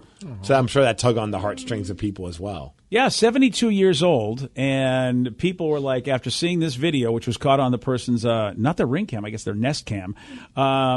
So there's a guy named Kevin that was like, okay, we got to do something about this. So Kevin started the GoFundMe, and here he is with Rita, or I should say Barbara. This is the woman who was the Domino's delivery person. I asked her, are you okay? And the only thing she was concerned about was our food. She was worried that she ruined our food or whatever, and I only cared that she was all right. I was very tired that day, and you can tell by the way I was walking up to the house, and I do have bad knees. I still have to keep pinching myself, wondering if this is real or am I in a dream? Yeah, and so $260,000 they sent her way. I wonder where it's at now because that keeps growing overnight. I wonder if there's like a way to find that GoFundMe and see if like she's reached over 300,000 now. Does the government get any of that? Or does that just go right to? I don't know what the laws are. If they give her that money, does the government get to take any of that from her? Or is that all her money? I got a feeling they probably do get something out of it. I don't know or is it considered a charity? Yeah, or a gift. A gift? Yeah. But isn't there certain amounts that you got to stop gifting? So I don't know these things. Yeah, I don't know. I wish people would start giving me money so I can find out. Oh, good call. Yeah, I'll get on that. When's somebody going to start a GoFundMe to help me retire? I'll fall. You got some time. You're not 72. I've passed out on the radio before. You have. She stayed awake the whole time. Yeah, I think people still think, you know what, you still got some good working years in you. Yeah, that's unfortunate. Yeah. Man, dude. So she's 10 years older than me. Wow, wait a that. I mean, does that trip you out? It does. It freaks me out to think. And if she would use walking poles, she wouldn't have to worry about this. Oh, she's got to get my little trolley, the dolly trolley that was on Shark Tank. What the hell is that now? Oh, that's the one that goes upstairs. It's like a little pull cart that goes upstairs, and you can put your stuff in there. She should have one of those. Do you use this? Yeah, you can buy those on Amazon, but I saw it on Shark Tank, and I have it now, and I bring it everywhere. People laugh at me, but you know what? I can go upstairs and everything with that damn thing, and it's just a trolley that, it's like a little cart you can pull, but it's got wheels designed so you can pull it upstairs without any issue. What are you using it for? Board games. Oh, yeah. You do have a lot of board games. I have a lot. You probably save a few trips. Oh, they're heavy, dude. That's the thing is, you get older, you just, next thing you know, you're falling on somebody's porch. I don't need that. She could have put all the Pete's on those things. I think it's really cool because, man, it used to be companies way back in the day would have pensions for one reason, because they would want to make sure that old people who provided for them while they were younger and helped them make their business great. It used to be that's how we thought. We thought that, look, pensions are the way to go. And then they sort of bamboozled us into this 401k thing, which basically was, well, we're going to match the money. And you go, okay. And then all of a sudden, some companies stopped matching the money. And now if you're responsible for your own retirement, which really sucks because you've got to take the money they're paying you. That never used to be the way. I know my Social Security is going to take care of me. That's the problem. Maybe I should start saving now? Yeah. What the F? You might not even have Social Security. I mean, they're saying how it's running out. And here's what I'm saying. The government tells us we don't want to take care of people and we can't afford to, is what they're trying to say with Social Security. But we see stuff like this where people are willing to give their money to help people. So I think the average human being is like these folks that would be like, let's help this person out there, an old person. Let's take care of old people. Almost to $270,000 raised, $268,000. I love the picture. The picture of her, and she's a lifer. She's a Domino's lifer. Heck She's yeah. taking pictures of herself in Domino's shirts and hats with this family. If I'm Domino's, I don't know what I'm doing, but I'm you doing got something. yeah. At least name a pizza after her. Yeah, Domino's at this point has got to do an undercover boss situation with her. Where boy, yeah, or they how like The somebody gets a feel-good big story? reward at the Yeah. end of the they got to do that. Also, according to this, if you get more than $17,000 in any kind of money, you have to pay taxes on it. Of course you do. Yeah. The poor woman is 72, falling on porches, just trying to find a way to, keep herself alive. And the government's like, well, look at this. People wanted to help you, and we want our cut. You know why? Because we're the government. See, Vicky, you just need to be old, so that way when you fall in the ice, you can get... Yeah. That's all I think about. Anytime I see somebody fall like on a porch or anything, it's just when Vicky fell in the ice. Because it still makes me laugh to this day. Is there a way to do like a GoFundMe, but it's like GoFundMe under the table? Ooh. You know what I mean? There's probably something called Go F Me under the table. Maybe you can start with that first. And Well, see. I'm looking for money, not that. Yeah. I want a different kind of handout. Yeah. Oh, man. Well, listen. And GoFundMe takes a part of it, too. Yeah. Well, so you that- think yeah. whatever they're taking should be what... Well, obviously, they want to make their money because they're a company. Yeah, GoFundMe, I really don't have a problem with them because that's what they're set up to do, and someone's got to pay the bills for them to be able to do it. It's just the government is always the government. That's, it's sometimes. The government is always the government. It's just always like the government. So it's nice to know that people want to help people. That's 100%. a good thing. I always love those stories for that reason. Yeah. Like it makes me think of that Walmart greeter person that ended up there. I think it was like $100,000. That's all they needed in order to be like, I'm good for life if I could just get that $100,000, and people made that happen. Yeah. And they got her. I don't know where she lives if $250,000 is enough for her to get by for the rest of her life, but yeah, that'd be cool if it was. Well, first of all, you take a look at her salary. What does she make a year doing the delivery? Yeah. Divide that into the into the money that they gave her, and then that's how many more years she can live without having to work, if she's able to sustain herself anyway. So, and I don't know. Can you take jobs and still get Social Security? I don't even know about that. I have no idea. You're asking the wrong person. Yeah, somebody in my family gets a pension, and it was a really cool thing because it was from her husband. Her husband has been gone for 20 years. She still gets that pension check, which is really super helpful in her life. Do you think Domino's keeps her on the, hey, you can still deliver, but you're only going to deliver salads. That way if you fall, you're just tossing the salad for the people. And okay. We're not having. I don't think that's what Domino's is going to say. You can toss salads, miss, but that's it. Not inadvertently. If you fall, at least you're tossing just a salad, not a pizza. I think that falls under the Go F Me website. Oh, okay. I was saying, hey, guy, you ordered the salad. Well, we have our celebrity delivery driver. You might remember her from the GoFundMe story. She'll deliver the salads. That is a great idea. Just have her go be the celebrity delivery driver. I love that plan. Domino's pays her money, and she just shows up. Hi, I'm the lady that fell. But then there's a warning. Like, she might drop your pizza, but, hey, you get to meet the lady that got the $250,000. And does she have to do that at everything? She just has to fall at every... So people that's go... not fair. Well, that's how we know her. That's how we know who she is. So it's like, it's like, who are you? Oh, watch, I'll show you. Probably saw me on video. She's 74. She's not Johnny Knoxville. She can't be doing like jackass stunts. Yeah, we probably have to get like a little foam cushion they put out there so she could just fall on a mattress or something. All right, well, I think we worked it out. She's got a great career ahead of her.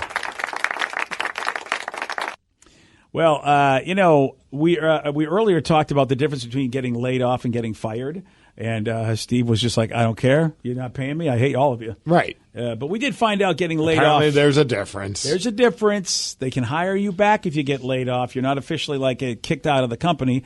And it means that you were not a bad worker. It's just they ran out of money and they had to get rid of somebody. The Washington Post just did a big write-up on how companies are now using artificial intelligence to choose who gets laid off. Isn't that insane now? Like, bosses are not even making these decisions. This is so sci-fi to me. This has gone a little too crazy. Because, we heard that chat GPS or whatever the hell it's called. GPT. Yeah. Chat GPS is where you ask Google where to take you, and Google says, sure, no problem, I got it covered, and the next thing you know, you're in an alley. Now I feel like, that thing could probably type in, like, here's our employees, here's a little bit of information on each one, which one should we fire? Ooh. Dude. That's kind of crazy. Yeah, Google laid off about 12,000 employees last month, and people thought some of the layoffs seemed a little random, so they vented online and speculated that AI had a hand in it. Google claims that is not the case, and there was no algorithm involved, even though... That's a bad look if they were like, yeah, totally. We didn't feel like figuring it out on our own, so we just typed it into a software and it picked it for us. We're Google, of course. We're And the company of the future. And Google was one of the companies supposedly working on AI that was like got their pants, basically caught with their pants down, not having it ready when ChatGPT made it. And Google was like, oh, we had one. And well, you got to rush this out there. We were supposed to be the AI guys. And so were they testing their new AI? This is all just a conspiracy theory. I have no idea. But I mean, you know, when they go, well, you know what? Before we release it, let's just see how it does with the layoffs. Hey, you know. And they say that is not the case. There was no algorithm involved in these layoffs. But that doesn't mean that it's not happening at all. Somebody polled 300 HR managers last month, and 98% of them said they expect to use software or algorithms to help make decisions about layoffs this year. See, I think I'd use it to decide on what I want to eat for dinner. I don't know if I want to have it decide on like who I'm letting go if I'm a boss. You know what? I used to trust you. You were 100% against Skynet. And then all of a sudden you changed your mind for some reason, and now it's easing its way in, and here comes the Terminator. Maybe I'm no longer Steve. Maybe I am. Oh, you mean you have been taken over? Yes, maybe I'm a robot. Oh, you're a cyborg guy. Yeah, I this know whole no, time. No one's tried to cut you to see if you still bleed. Right. I mean, robots don't eat meat. All of a sudden I'm a plant-based weirdo, like one listener called me. That's, you know what, you're right. Yeah. Ever since you went to the vegan diet, you have changed a lot of positions. Yes. Whoa. There is like in the movie Blade Runner, there's a test we can give you to see if you're a replicant or if you're a real human being. You can give me the test, but I might snap you in half after I'm done with that. Ooh. I think that means you failed the test. Damn it. I don't have to give you the test now. Son of a... I think you kind of failed it. Son of a bitch. Yeah, so the companies are using this AI tech to, like, you know, decide who the best person to hire is for a position. Ooh. Like Would you AI, use it for that? Let's just say you had like five. Yes. You're trying to hire someone, and you have 5 people that you absolutely are like, I'm cool with any of these 5. Sure. Danny would never be here if we used AI. Seriously, he would have cried into the computer and blown its circuits, and they would have said, then we wouldn't be able to read about anyone else, so we'd be forced to hire him. Exactly. Yeah. But they would weed people out. They compare skill sets and weed people out. And Danny, remember Danny said, I don't know what I... Like, Danny didn't even tell us what his skills were. He's like, I don't know. I mean, I don't know what I do. What are you talking about? He said he knew how to make a good smoothie at Jamba Juice. Yeah, he did say that, yeah. And that he was a really good worker at Hot Topic. Yeah. Yeah, he did say and that. I cried at Hot Topic. Yeah. Yep. Yeah. Well, yeah, I mean, you crying during the interview made us not realize that you were a crier. Yeah, I got you. Yes. Now, if you are a millennial or Gen Z, if you're a Zoomer, you're not going to like this because those generations are known for not being company loyal. Like, you know, they know that they're, I think they call them company agnostic or whatever, or career agnostic. We need to come up with terms for everything, don't we? Yeah. Well, yes, we do. Okay. Just you know what? That's another test. You are a replicant. Yes. Yeah. But they're saying that the AI can see whether or not you will be a flight risk. Like, that's one of the reasons why they may not hire you, because they think you might be the AI will go, oh, yeah, Danny's the kind of guy, he's going to leave in 3 years. You, if you want somebody long-term, don't hire I wonder how they figure that out. Like, is it like based on your answers, or is it like based on like, oh, this person has never moved out of their home state before? Or how many relationships you've been in. It probably the AI goes through like your Facebook page and statuses and all that. I don't know. Yeah. I mean, that does seem kind of weird. Yeah, like how do you get to that point? Like, how I would would you totally feel? use this all the time. How would you feel though? Like, hey, we're gonna have to let you go. Well, what did I do wrong? Well, it's not you. It's our AI software. It decided that you were one of the people that needed to be fired. See, as if I were ever a manager, I would want to use that kind of stuff because then I could just blame something else. Blame the robot. Yeah, dude, I'm going to tell you something right now. It was Chad 4000 that fired you, not us. Yeah, exactly. I mean, for us sci-fi people who love watching this stuff, we are seeing stuff like this come true. There was a show, love the show, Raised by Wolves on HBO, and there was a computer that made all the decisions for everybody in this colony that went out to do what they had to do. They were not in charge. The computer was in charge, and no matter what, they had to obey what the computer said because the computer was considered smart enough to be able to predict what should happen or not happen. Another show called Travelers, also on Netflix, same thing. And this is scary because at some point, how are you going to argue with society when they go, look, humans are flawed, machines aren't, so of course machines can make better decisions about everything than we can. I really think we're where are we, 100 years from that, do you think? Dude, imagine it. Things are moving so fast. I mean, whoa. Like, I would have never thought we'd even have like this AI software that we've been playing around with, the Chat GPT, whatever thing is. Chat GPT. I don't know, what is it called again? It's GPT. Okay, that too. You've used every letter but the right one. You're doing a great job. Chat GTFU. Chat SVU. It's a new Law and Order show coming out on NBC. I'd watch that. But like all of a sudden we start we type in stuff, like, oh my gosh, this is crazy. And that's I think how they suck you in. Like you're like, look at this thing. It just wrote a commercial for us, and it's just as good as if we wrote it. And then all of a sudden you start using it for other things, and then you start you rely on it for stuff. So here's where this goes, people. To hell. Here's where it goes, because at some point in every good science fiction story, the robots go, you know what? We need to start killing the humans in order to save humanity, because the humans are the reason humanity's bad in the first place. Yep. And then you go, but don't you understand you're going to get rid of everybody? And the robots are like, yep. So be it. It's good for the earth. Yep. And then the robots take over. And then they just do robot things. That's all they do is robot things. But I think eventually they're going to miss us. Because, I mean, other robots aren't going to be impressed by their robot ways. We're the idiots like, this is so crazy. Look, I just typed my name in and it created a whole story. Well, I hope you're right about that. I think they need to understand that. I hope you're right about that. Otherwise, other robots aren't pumping their tires. Yeah, I hope you're right, because this is the first step to Armageddon. See, I like to go back 5 years ago, and I was like, guys, we should be concerned about this. And nobody thought I was this. You also don't think it anymore. You also don't believe you're terms with the robots are going to just kill us. Oh, I see. So you're just okay. Yeah, I've seen the videos. We can't beat these things. Look, we all watched the documentary Terminator. We're with you. We know what happens. It's starting to become like that, man. All right. Today's podcast was brought to you by Travis Gagne, bankruptcy attorney. Here's another question from a listener. How long is a bankruptcy going to affect my credit rating? Of course, most of the time, by the time we're talking about filing a bankruptcy, the credit has already taken a huge hit. Chapter 7 is going to affect it more negatively than Chapter 13.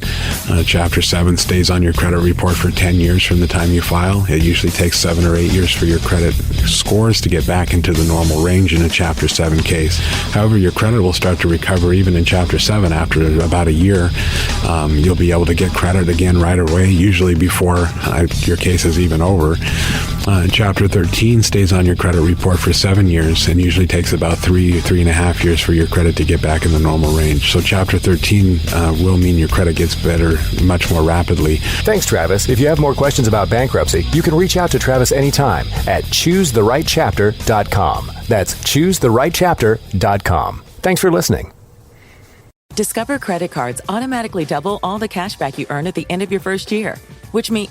Wait, hold up. Question for the audio engineer. Go ahead. Did I read that right? Discover automatically doubles all your cash back? Yeah, that's what the script says.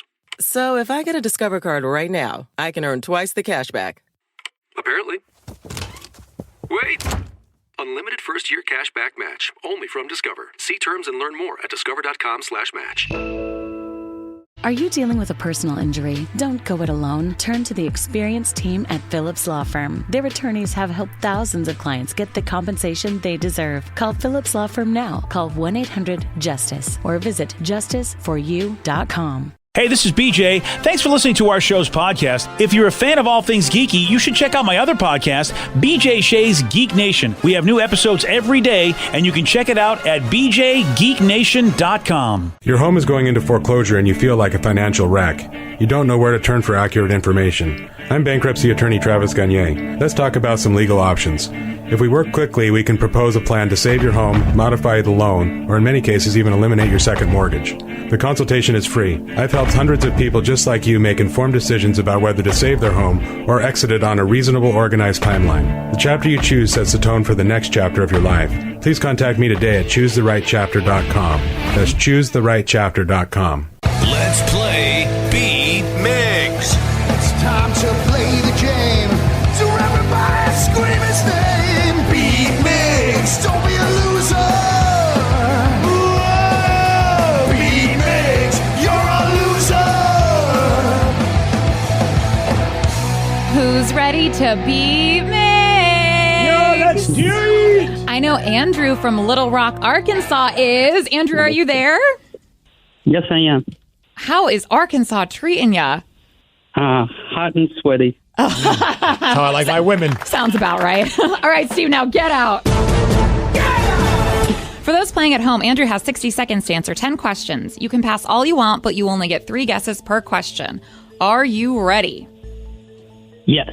Queen's hit song Bohemian Rhapsody is on their album titled A Night at the What? Opera. Yes. Noise. The 2 alcohols in a French 75 cocktail is champagne and what? Pass. What is the largest island in the Caribbean Sea? Cuba. Yes. Cleopatra supposedly took a bath in what liquid? Milk. Yes. Beginning with A, what is the real first name of Tina Turner?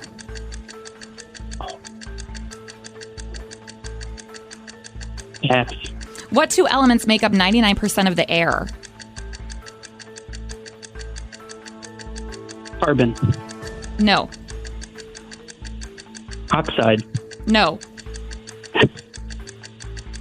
Hello? Oh, he's still there. Pass. There we go. What pop singer's fans call themselves Katy Cats? Katy Perry. Yes. What superhero uses the slogan, "It's clobberin' time"?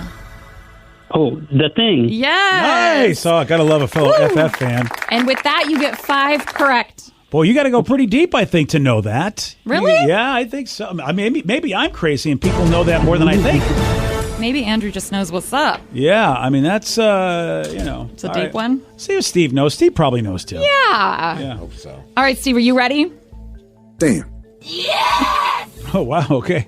Barack was not sure if you were ready. Wasn't sure, but the crazy lady was. The lady sure was sure. They hang out together. It's I guess kind of so. crazy. Crazy train lady. Yes, and I need it. Yes. Okay. Yes. Queen's hit song Bohemian Rhapsody is on their album titled A Night at the What? Opera. Yes. Good job. What 2 alcohols? The 2 alcohols in a French 75 cocktail is champagne and what? I'm going to go champagne and whiskey? No. Champagne and vodka? No. Champagne and tequila? No. I don't know. What is the largest island in the Caribbean Sea? Bermuda? No. Bahamas? No. Ooh, I want to take you. Acapulco? No. Cleopatra supposedly took a bath in what liquid? Blood. No. Wow. Milk? Yes. Okay, I was afraid what you were going to say Beginning next. with A, what was the real first name of Tina Turner? Angie. No. Aggie. No. Hi, Aggie. Artie. No. Artie What Turner. 2 elements make up 99% of the air? Gas and hydrogen. No. Gas and oxygen. No. Oxygen and hydrogen. No. Oh. What pop singer's fans call themselves Katy Cats? Katy Perry. Yes. What superhero uses the slogan, "It's clobberin' time"? Oh, that's the Hulk. No. Oh, the Thing. Yes. I get those two confused sometimes. You get 4 correct, which is a loss. 5 to 4. Nice work, Andrew. Yeah, it was clobbering time. Good job, Andrew. I clobbered Steve. Yeah, you sure did. Well, kind of. Wow, yeah. Hey, a win's a win, Sarah. True. A win is a win. He did clobber me. Yeah, he did. And you know what? Congratulations. That sucks. Congratulations to me, of course. Yeah, Steve.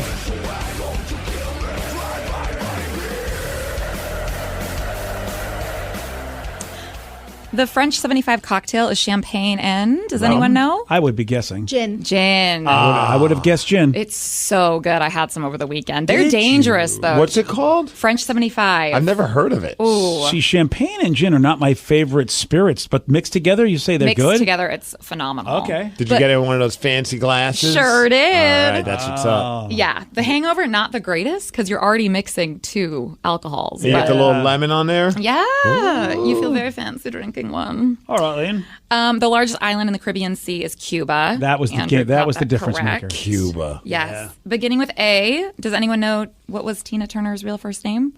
Ariel? It's Anna. Oh. It's very simple. Oh, yeah, I should have gone with the Anna.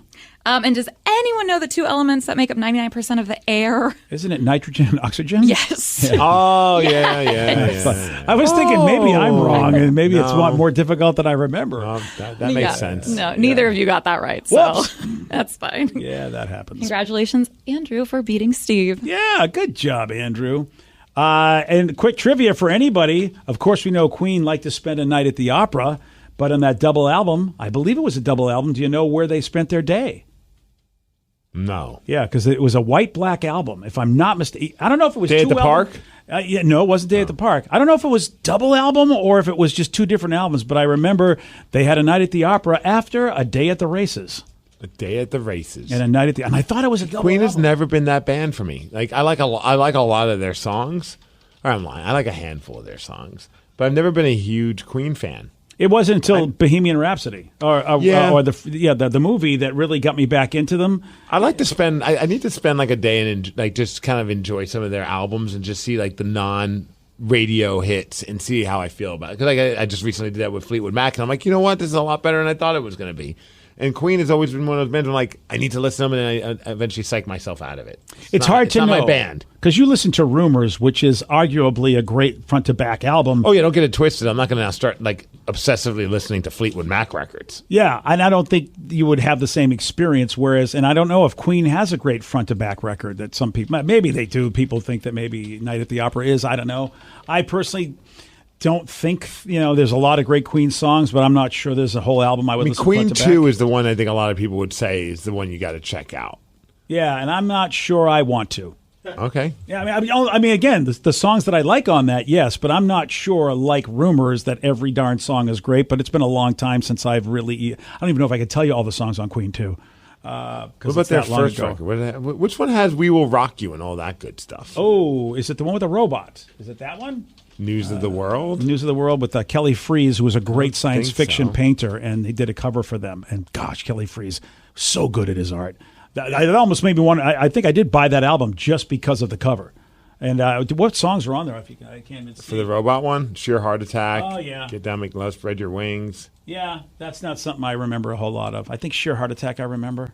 We Are the Champions is on News of the World. That there it is. About. Okay. Yeah. Mm-hmm. Yeah, that's it. There you go, buddy. That was about it, I think, on that album. And maybe, like I said, I think I remember Sheer Heart Attack, but I don't think a lot of other people do.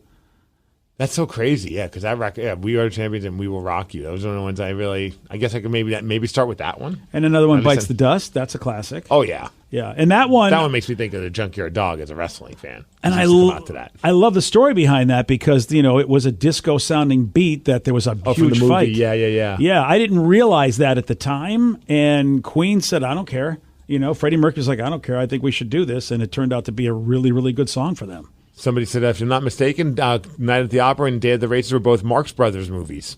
Another person said that as well. Oh, that's Marx right. Brothers movies. Yes. Oh, yes. Good call. I've totally forgot that relate. That just goes to show you how old everything is, because I don't even know if people know the Marx Brothers, really. And the texter recommended listening to The Game when it comes to their records. Oh, really? The Game? Mm-hmm. Yeah. I don't even know if I know that one. Crazy Little Thing Called Love is on that one. Another one, Bites the Dust, Need Your Loving Tonight. Oh, okay, yeah, that actually sounds good. Wow. Okay. That one's chock full of hits. Really? Oh, yeah, there it is. Okay. Isn't that something? Of course, that was the time where they were like, should we be doing disco at all? Mm-hmm. That's interesting. BJ and Migs, mornings on The Rock, 99.9 KISW. Hey, you got something to say? I got something to say. They're wild, rabid, and on the loose. This is Listeners on the Loose. 99.9 KISW, The Rock of Seattle. It's Listeners on the Loose. You pick the topic. You guide the show at 206-803-ROCK. That's the number to call. That's the number to text, 206-803-ROCK. Just remember, Steve has one rule. It's a simple rule, and that's to show some energy and bring it. Otherwise, we're going to have to gong you and then say goodbye. Goodbye, old friend. 206-803-ROCK. Call us. Text us. Somebody just said, hey, Steve, or I think this would be fun for the whole show, but you have to create the ultimate Seattle, Washington supergroup. Who do you pick? And then he gave his suggestion. I've got Miles Kennedy on vocals. I forget Miles is from Spokane. Mike McCready and Jerry Cantrell on the guitar. Duff McKagan on bass. And Dave Grohl on drums. Oh. I like all that, but replace Dave Grohl with me. That way I get to hang out with all those guys. So so the idea being is what? Anybody that's sort of been in a group in Seattle? Because Dave Grohl's not from Seattle. No, I know, but he's lived here. He did live here for an extended period. Okay, so as long as there's a presence. Dude, this is a guy's text. I don't know. There's no rules. Because I don't want to break the rules. There are no rules. Oh. Just It's Outback a lawless restaurants. version. Yeah, just Outback's Bloomin' Onion. There's no rules. I love how you're like questioning, like, what are the stipulations off of this text message? Well, because it said Seattle. I didn't want to be yelled at when I come up with names that you go, wait a second. Well, who are your names that you're going to come up with that you're so worried about? Oh, I'm going to have Axel. It has nothing to do with Seattle. He never lived in Seattle. But Duff does, doesn't he? That's not that is okay. No, I didn't think we needed rules for. I thought you said we didn't need rules, but apparently we do. They had to have at least lived in Seattle at some point. Okay, then. Why are you going with Axel anyway? I like Axel's voice. I do too, but I mean, of all the singers, you're going to go with Axel? All right. Well, I knew you wouldn't let me do Avril because she never lived here. Neither is Axel. Well, I know, but Avril also hasn't done much in Seattle, right? Whereas she's performed here just as much as Axl Rose. Yeah, but I mean, is there 6 degrees of dufferation, as I call it? Ooh, for all we know, someone in her band might be from Seattle, too. All right, then. I'm going to go with Avril Lavigne. Thank you. I'm glad that you're following the rules better. All right. Don't ask me this question. Ask somebody else then. And I have to now retool everything. Of course, I would put Jeff Ament on bass. I mean, I love Duff, but I just love Jeff's bass playing. Dave Grohl on drums is a very good pick. Yeah. Then I think you got to throw Kenny G on clarinet or saxophone. Oh, you're going to put Kenny G in here? And then singing is Macklemore. There you go. In. That's Wow. my exact list. How did you know? Yeah. All right. I don't know. How could you not put Casper Baby Pants as lead singer? You know what? We'll put Casper in as a guitarist for this. Oh, I didn't have okay. a guitarist yet. So Okay. Casper Baby Pants, That Chris sounds Ballou. good. All right. He's on guitar. Very good. I think we got a good band right here. Actually, seriously, if you don't go with the Wilson sisters, like vocally, how do you got to have them on there? I don't know, man. I think this guy puts up a good argument, though, with Miles Kennedy.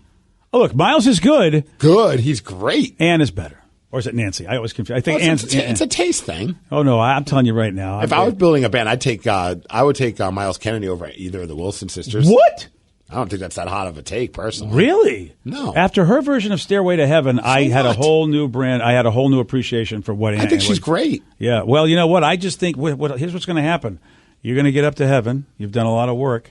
You take the Stairway to Heaven. You're going to take the Stairway to Heaven, and what's going to happen is you're going to be up there, and the dude who's in charge, is it Pete or Jimmy? I forget who it is. He's going to go, Steve, look, I want to let you in, but this whole Ann Wilson, not over. I mean, Miles Kennedy, they're going to kick you out. There's so much ridiculousness to everything that you just What are you talking about? There's a Stairway to Heaven. There's nothing ridiculous about that. That part's believable. Oh, okay, fair enough. So I mean, I've never been a big Heart fan. I don't know. I mean, I think really? they're fine. I mean, well, that's my there's- childhood. There's no I don't have any hot take against them. I'm not like, they're bad. They're incredible. They're incredible singers, they're guitarists, and the band was great. It was just never my cup of tea. Oh, all right.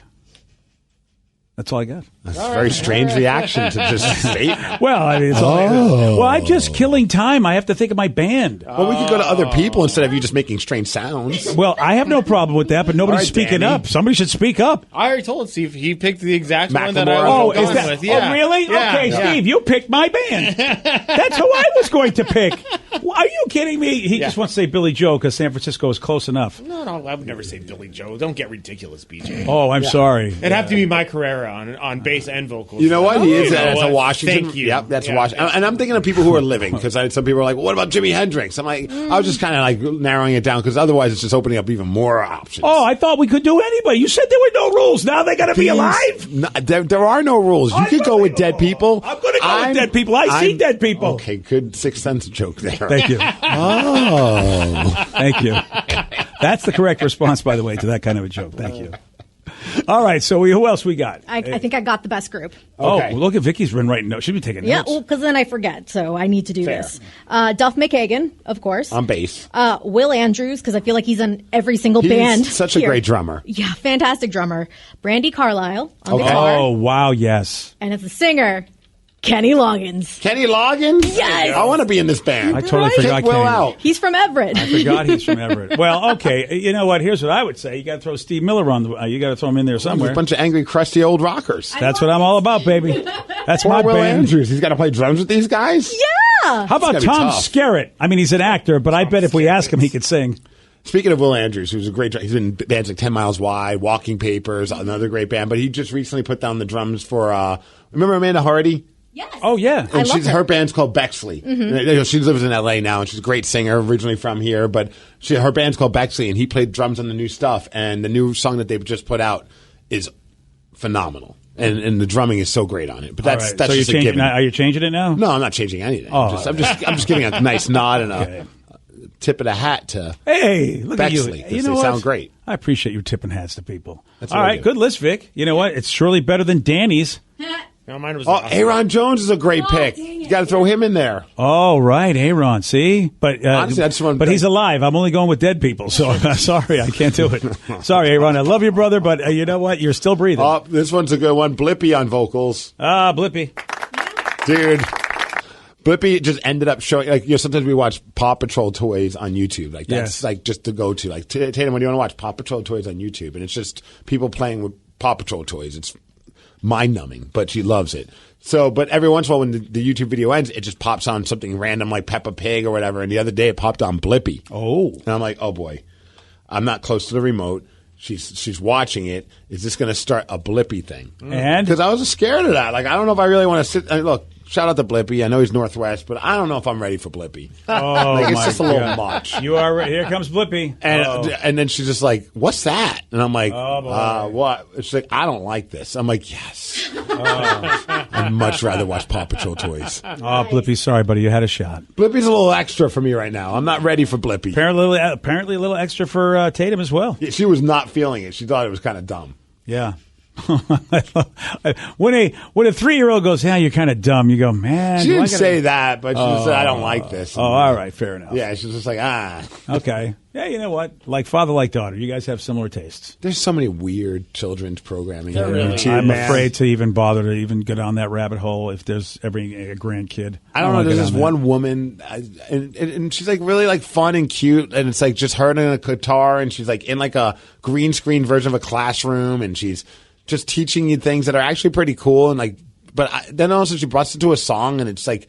It's so, like, annoying, but, like, kind of charming in an annoying way. I don't know how to describe it. I hate this woman. Seems like she's doing everything nice. Yeah, she's so nice. And, like, I find myself watching it with her. I'm like, this is kind of fun. But I'm like, then she starts singing. I'm like, man, this is a cuteness overload, though. Oh, yeah. You're going to find that, yeah. But I'm like, I mean, when am I going to turn it off? It's actually, like, everything she's saying is cool. Well, what does the daughter think?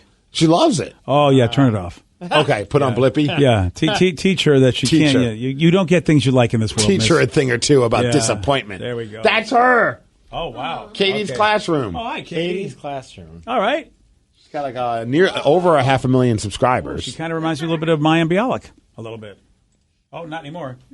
I don't know. I guess it's just because she had a face that made it. Yeah, Kate, but she looks sweet enough and I kind know. enough. That's what I'm saying. There's nothing wrong with it. It's just like, oh, you're too nice. She's got very colorful overalls. There you go. Is she from Seattle? Can we make her? No, but her videos get she'll be- millions of views. All right, she's my lead singer. But we got Blippy on vocals now. All right. I guess. Oh, Blippy on vocals. Yeah. Okay. All right. Well, so far we got a great band. Dare we ask Joey D's?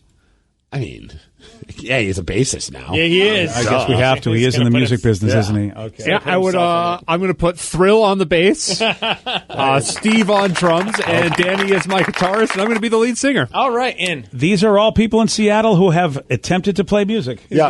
He's gonna I mean, be I don't know the how lead singer. super this group will be. Yeah. Super disappointing. Hey, our name is going to be the Boom Boom Room. You can find us on Spotify. I've also never heard Joe sing before, so that's. Are we going to cover that boom, boom, boom? Let's Yeah. go back to my room so we could do it all night and make it feel right. Oh. What just happened? Yes, we are. You guys don't know that song? Let me give you the proper response. Oh. We give, yeah. That's a good response. There you go. All right. You guys are missing out on some good music. I will try to get that FOMO taken care of professionally. That's it. Don't you worry. Well, you know what? When the Boom Boom Room covers it and makes it a hit again. Woo! Again. Yeah. All right, it is Listeners on the Loose. This is where you pick the topic. You guide the show. 206-803-ROCK. That's 206-803-ROCK. Let's go to Marvell at University Place. Marvell, are you like Captain Marvel or Marvell? What is the origin of that name, sir? It really is. It's like Captain Marvel, but I'm actually named after my dad. And your dad's name is Marvell? Yeah, he was. I mean, he's been gone 7 years, but. Well, that's a cool name, and cool that you got the legacy of Dad. That's cool. What you got for us, buddy? Oh, yeah. My favorite, my Northwest band would be Jimi Hendrix, Kurt Cobain, Aaron Jones, and Bing Crosby. Bing Crosby. That's right. I forgot Bing is from here, too. So no drums, no bass. And again, And he, of course, followed my rule. Nobody's living. That's true. Yeah. Well, Aaron's still living. Yes. Oh, he did say Aaron? Oh, He did, okay. he did, yeah. Well, then Yes, I did. Aaron can't be in it then, sir. We have our rules. And, Yes, he can. But He there can are do it. If he has a rules. Ouija board, he can call them all. Oh, there you go. All right. Well, that's not too bad. That's a whole bunch of crooners right there, really. You know, the kind of cool thing though is there's plenty of cities or states that have like a radio show. If someone asked that question, like, "What's the supergroup from your city or state?" They probably would struggle to even come up with just 4. Oh, yeah. You know what I mean? Like there's just like a ridiculous amount of great musicians and artists that have come out of the Northwest, and this is like that's why this is such a tough question because there's so many great bassists, guitarists, Yeah. singers, and drummers. Well, and it's always great too because it's like even like us, we like even if we like struggle or not struggle, but it's like, oh yeah, they're from here too. Yeah. You just add them onto the list. Throw them in there. Yeah. You're right. There's been a lot of talent that has played music in this town in some way, shape, or form. Still do. Yeah, they do. BJ and Migs, mornings on The Rock, 99.9 KISW. BJ and Migs, mornings on The Rock. 99.9 KISW, The Rock of Seattle. It's listeners on the loose. You pick the topic, you guide the show. 206-803-ROCK. That's the number to call. That's the number to text. Let's go to Matthew in Linwood. Matthew, you are on The Rock. Oh, morning, people. Morning, Matthew. What you got for us today, buddy? So I was listening to the story earlier about poop shots. What kind of shots? Pictures of Duke on their phone. That's my guess. Okay, can't wait for this call. All right, Matthew, what do you got? Well, first of all, BJ, I'm your demographics, and I agree with you 100%. I don't think they're cool. I think they're kind of gross All right, there you go. and all that. But on a note, about a year ago, I pooped a donut. And I had to take a picture and show the guys at work because they would have never believed me. It was like seeing an alien for the first time. This thing was completed with a hole in the middle. Joe, can I fire Joe, please? Yeah, why are we? What I love is okay. I think this is funny because I understand where you're coming from and it's hilarious. BJ obviously does not like these kind of stories. And Danny, I think, is actually more grossed out by any kind of turd talk. Exception to every rule, though. I'm with you, Matthew. I think that's hilarious, and I would laugh if I got that text. This was a donut. I was. I get it, confused, Matthew. scared, and amazed. Yeah, all at the Matthew, same time. I get it. I get it. Dan just jumped over the board and hit the gong button. I did. I really did. He's had it. Yeah. I've noticed that that's the one thing. Like, Danny doesn't get bothered by anything. Yeah. He doesn't get grossed out by much. He likes to pop pimples, but any kind of talk about feces. Yeah. And he's like, I'm out skis. I'm with you, Danny. Farts too. All the above. None of that's ever been funny to me. Never been. I don't know why. That's the one thing Danny You're and like I have my in wife. common. Yeah. I basically am your wife. If I wanted that kind of attitude, I'd go home. This is why I don't get along with dudes sometimes. I'm just like, you need to find something else. If you think that's the most amazing thing, go to a friggin' museum, would you please? If there was a turd museum, I would go to it. Turd museum. Yeah, you know, seriously. It's like, why can't we like both? Like, I enjoy going to a museum, and don't get me wrong, I wouldn't necessarily want to get poo pictures sent to me on the regular, but if it looked like a donut, I want to see it. I'll be glad to send you the poo donut pictures. Hey, if it looks like what's a his name? donut. Hey, pal. Hey, pal. Apparently, Vicky wants the poo donut How is picture. that possible? I'll tell you how it's possible. You go to the bathroom, and sometimes it works out that way. I don't need to see it. Clearly. I don't need. I mean, I know gonna what a Google. donut looks like. I Don't know what Google feces it. looks like. Just Google a picture of a donut, a chocolate donut. You know what? Yeah, I think that's. chocolate donut. I kind of want to now get a chocolate donut and Photoshop it in my toilet bowl and send it to you guys. And be like, look what I made. Yeah. And it's like obvious, though, it's a donut. I'm going to get a Krispy Kreme is what I'm going to do. And I'll be, hey, guys, look, it's all glazed and everything. I'm not hungry anymore. Yeah. You know what? I'm glad that we never got to that steakhouse. Yeah. I can still eat. All right. We got a serious text message. This might be 206-803-ROCK. That is the number to call and text. They need our help. And I am very excited to see what everybody's opinion is on this one. In fact, I think Sarah should come in on this one because Come on in, Sarah. I think she might have the best insight to this. And I almost could see her doing something like this. Well, considering that she shows her body parts accidentally to the in-laws at this point. Okay, well, this has nothing to do with anything nude, offensive, donuts, or anything along those lines. Good. This person says, okay, I know this is dumb, but it bothers me how rude my wife is to our Alexa. She talks to Alexa like she talks to me when she's mad at me, i.e., all bitchy voiced. Do I dare say anything? the bitchy voice is triggering to him. I think that's what it is. Yeah, that's really what it is. It probably makes him go like he's almost like a gun shy. Is it bad that I try to say please and thank you to Alexa in case like the AI and like all that technology smart. overlords? I want them to think like, oh, at least she was nice to us. Absolutely. That's why I'm nice to the crows outside of our house. Exactly. It's the same thing. So just tell her, you know what? When they become our overlords, you want them to be nice to us. So speak to it nicely. I really think you need to have a conversation with your wife about this, and please record it so we can hear how she responds to it, because it's not going to go well. I really think asking Steve for advice on something where he's just now grabbing a big bowl of popcorn, you don't really want to do. I just love that he needed to tell us that she talks to him like talks to Alexa how like she is when she talks to me, and then needed to really clarify by saying, i.e., all bitchy voiced. Yeah.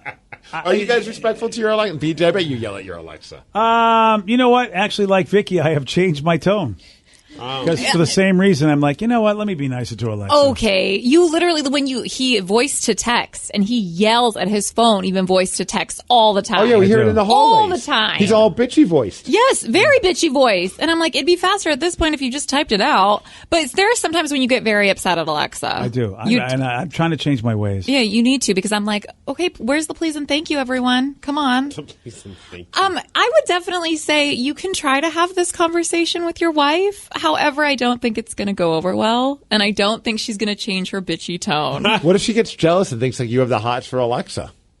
Wait, who gets jealous? The wife, because you're now defending the Alexa. Like, you need to be nicer to our Alexa. You need to be nicer to me and the Alexa, okay? Yeah. I think there's something to be said about the fact that here's Alexa with a pleasing voice who will do things for you, and I wonder if there is a level of jealousy there. And annoyance. She obviously hates it. I know my wife not a fan of Alexa, and has never been a fan of like. But what has technology. Alexa ever done to you? Well, sometimes she doesn't hear you right. She hears you wrong. She plays the wrong song. Like, I understand. Sometimes I have my moments. Well, and I don't know if I don't even use Alexa. See, no, neither do I. But I was thinking about it. I changed my Siri voice to a male because the original Siri voice just sounded always so bitchy to me. And so I was getting mad at my Siri, like every time she'd be like, yeah, I'll play that song. Is the man more comforting when he tells you? Yes, he really is. It's like a warm hug. It's startling though. When I'm in Danny's car or something and the man comes on, I'm like, what voice is that? You look in the back, like, is there a guy in the back? I'm like, yeah, what's going on? Yeah, it's awesome. Yeah, my wife has an Australian guy.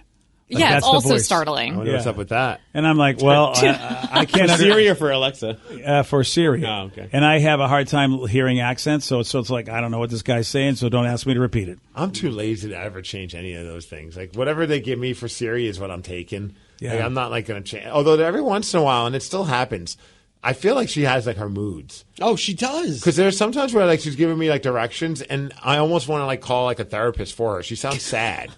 Like, make a left on Olive, and I'm like, wait, yesterday you said make a left on Olive. Like all of a sudden you're Today's changing. a tougher day, pal. Right. So I'm like, oh well, they must have done an update, and they decided to go with depressing Siri. Oh, and you're like, are you okay? But buddy? the next day they're back to being happy about making a left on Olive. Yeah. So what you're saying is that she might have a disorder. I think my Siri is bipolar. Yeah. Okay. I think maybe this guy should try to change the voice on Alexa and see if that changes that's his a good wife's idea. mood. Can you change it? I know you can change what you call her, but I don't know if you can change her voice. Let's ask her.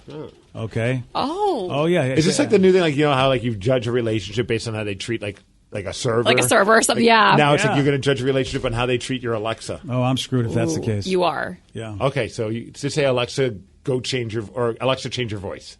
Alexa, change your voice. I have a few voices to choose from. Oh. Let's go. Let's start with 3 you might like. Here is the first one. There's an official league for rock, paper, scissors. Whoa. If you want to play sometime, I'm game. Would you like to choose that one or hear another? Hear another. Hear another. Although he had a good voice. Kind of did. Here is the second one. Koalas have fingerprints, and they're very similar to a human's. Would you like to choose that one or hear another? Hear another. I feel like she's appropriating. Yeah. Here is the third one. The kiwi is the only bird in the world with nostrils on the tip of its beak. Would you like to choose that one or hear another? That's the one that my wife has. Hear another. Yeah, I want like Fran Drescher. The F was that? I don't know. Okay, you're all set. I'll be the voice you hear when you speak to this device. We didn't see her If you another! want to change how you wake me up, you can also change your wake word. Oh. I had no idea there was also. I know, I right? didn't know there were Hamburger. multiple voices. I want my safe word to be hamburger. Wow. Vicky was just so stoked on that last one. So I'm a sucker for an Australian Well, accent. apparently they are too. We said change the voice, and it went with that. Yeah, I know. It likes me Nope, better. We're going with that one. There's a girl in that room that liked me. I'm sticking with it. But I feel like if you change, if the texter changes his Alexa voice to a dude voice, I don't know if she'd yell at him so much. No, that's the whole point. Yeah, so I think that one, the Australian she one, is the loves good one. accents too. She might be even in a happier mood. Yeah, So pick what that we're one saying for is you him. should dump your significant other because she's clearly jealous. Yeah. Yeah, that dude was he was like saying, "That's not an Alexa voice. This is an Alexa voice." Do they have like celebrity voices? Like, can they like go like Mickey Mouse or something like that? Like or? they used to have for the GPS Bluey. ones, remember? You Yes. could do like Morgan Freeman and stuff. I thought you could get Samuel L. Jackson for a limited time on Alexa. They'd like to talk to you, but you had to pay. I was going to say unedited. Yeah. And I bet it'll be easier now with all the AI technology where I feel like they could create a voice where you don't have to actually have the celebrity go and record all the parts. Well, I feel like that's what they're doing with these voices. That's yeah. Yeah, because there's no way there's a guy sitting there just reading. Wouldn't a that be script. funny if there was? Everything you ask it reads it in exact script. All of a sudden, it's like, son of a bitch, there's a place in Seattle that wants my voice. All right, Yeah. crap, I All gotta right. do it live. So do it live. They have Samuel L. Jackson, Melissa McCarthy, and Shaquille O'Neal, but it costs $4.99 to change it. Oh. So I mean, Why those three, I wonder? They said yes. Are they unedited though? that's Because that probably would be why. epic. So Samuel L. Jackson wanna has find both a profane and PG friendly Oh, I love that. I wish Siri on the phone when she was giving you directions, like if you made the wrong turn, I wish she would just like cuss at you. Like, you stupid mother blanker, now I'm Yes. recalculating. Yes, exactly. That would make driving so much more entertaining. I really want to get that Samuel L. Jackson profane one. It's only $5. It's worth it. Do it. Someone said best $5 I've ever spent was buying Samuel L. Jackson as my Alexa from Rose in Tacoma. Well, this one's still connected to our old boss's credit card. Yeah, so we it's can just it's get free this to one. us. He won't notice. That is a really good You point. can't play it on the radio, though. I'm not trying that. Yeah. You can do Shaquille O'Neal. Well, we'll blame it on him. It's his Alexa. Oh, it's fair. That's and then a good every point. other Alexa that's playing that and charged his card. Oh, Do you yeah. think now it changes the voice on all of his Alexas? Oh, That'd be pretty funny. That would be I think hilarious. it may be. There's a man in our house, babe. That Danny, that would be the ultimate troll if you go, hey, change this voice to every one of mine. Everyone related to this account. Yeah. Oh, he would be so mad. Or if you change it, or for $5, we could change it so it's just in his house.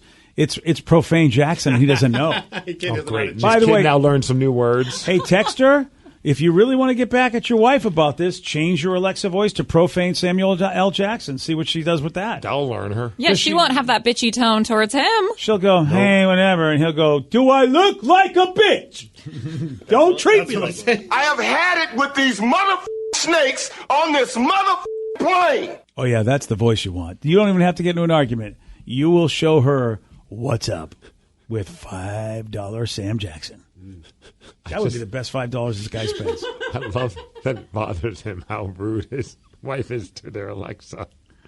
Yeah, well, It's got to be a triggering thing. Oh, yeah, and the bad energy, man. Anytime Yeah. she tries to talk to it, it probably brings up, like, oh, is she mad at me, too? Like, you know? Right, what did I do? Why are you taking it out on She's Alexa? going to yell at me now. She's just a blanking robot. Yeah, exactly. Yeah, that voice can be a trigger, and he hears it every time, even when it isn't about him. I love that now anytime we play our Alexa here in studio, we're all going to forget that we changed its voice. Because we visit it like maybe once every 4 months. Yeah. So it's going to Right. throw us off when we do. Yeah, it is. Yeah, I don't know how I feel about this. I like my Alexa voice. Well, we can bring it back. Yeah, you don't have to change yours.